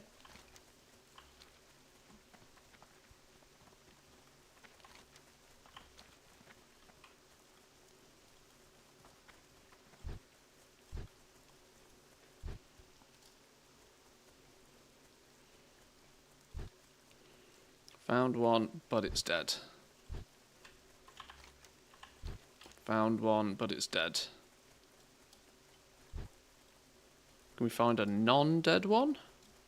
A non-dead raptor, please.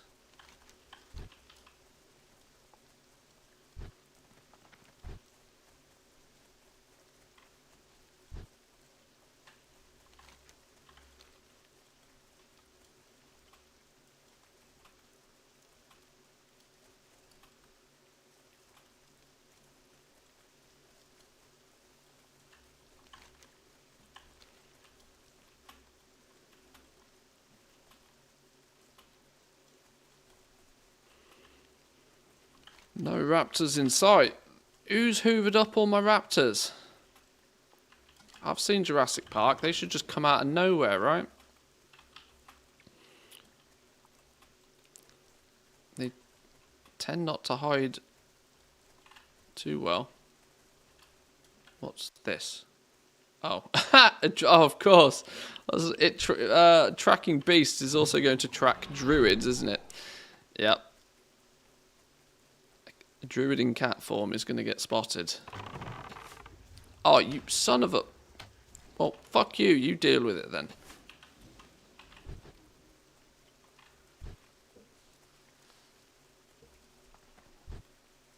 I think I'm getting hungry. Odds on me getting hungry. Oh, elder tigers as well. Oh, this is actually a good spot to be then if we need 2 birds with 1 stone. If we need tigers and raptors, maybe you can wombo combo.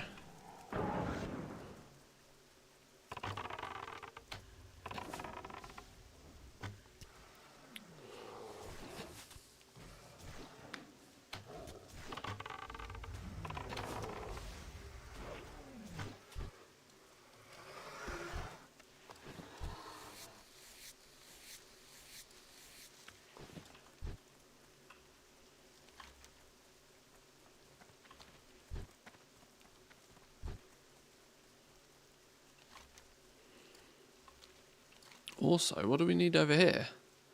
Oh, blood scalp ears.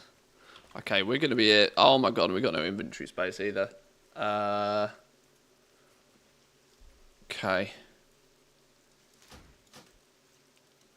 This is going to be a problem. We don't actually have space for half of this stuff. I tell you what.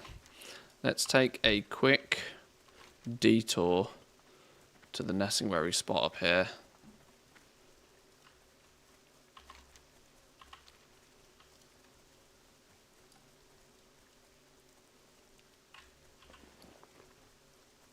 I need a spot to sit at. Are you a... Oh, you're one of the ones we need. Yoink.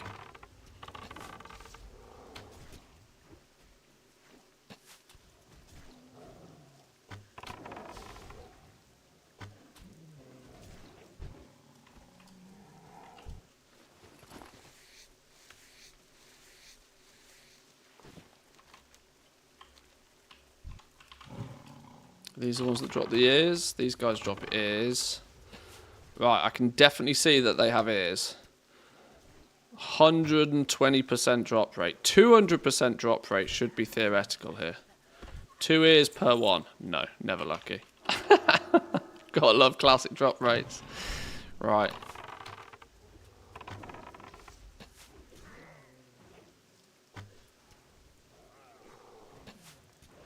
Aim the arrows towards the knee so you don't damage the ears. Oh, we got one. We got one. A random ass piece of heavy stone. We're not going to need that. We got one.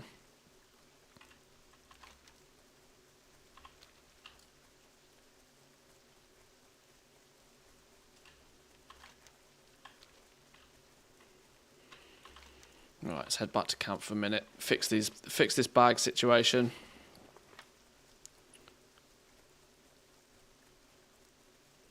That said, though, boys and girls, I think I'm getting hungry. I'm gonna leave it there for a little bit. The wife is away this evening. She's got some work business meeting or something this evening, so she's out. Meaning there's a good chance I'll be playing this a little bit later as well. And if that is the case, then I might even throw up the stream and have a chat with you guys at the same time as we do it. So, if I do see you later, I'll see you later. If I don't, I'll see you tomorrow. Hopefully we'll ding 40 tomorrow. That's my goal, at least. If we can get some solid questing done, if we can get these last ones done. This is probably half a level, to be fair, here. And then we'll go off and do some travels, 39 to 40. And then we'll play with some professions after that. We've got at least a few days of Season of Discovery to play once we ding 40, I reckon. There's a good chance I might take a look at Last Epoch next week. But I want to see if I can actually figure out some potential YouTube sort of content for Last Epoch as well. So I might have to have a think about that, and I might play it a little bit off stream just to get the grip of things. I've not quite decided, but I'll try my best to keep to my regular streaming schedule over the next few days and weeks, all the same. So yeah. I'll catch you around, boys and girls. Come say hi in the Discord if you're not there already. Hit the follow buttons. Thank you very much for all of the follows, all of the subs, all of the bits, all of the primes. I appreciate it all. Thank you very much. I'll see you all next time. Have a good one. Peace.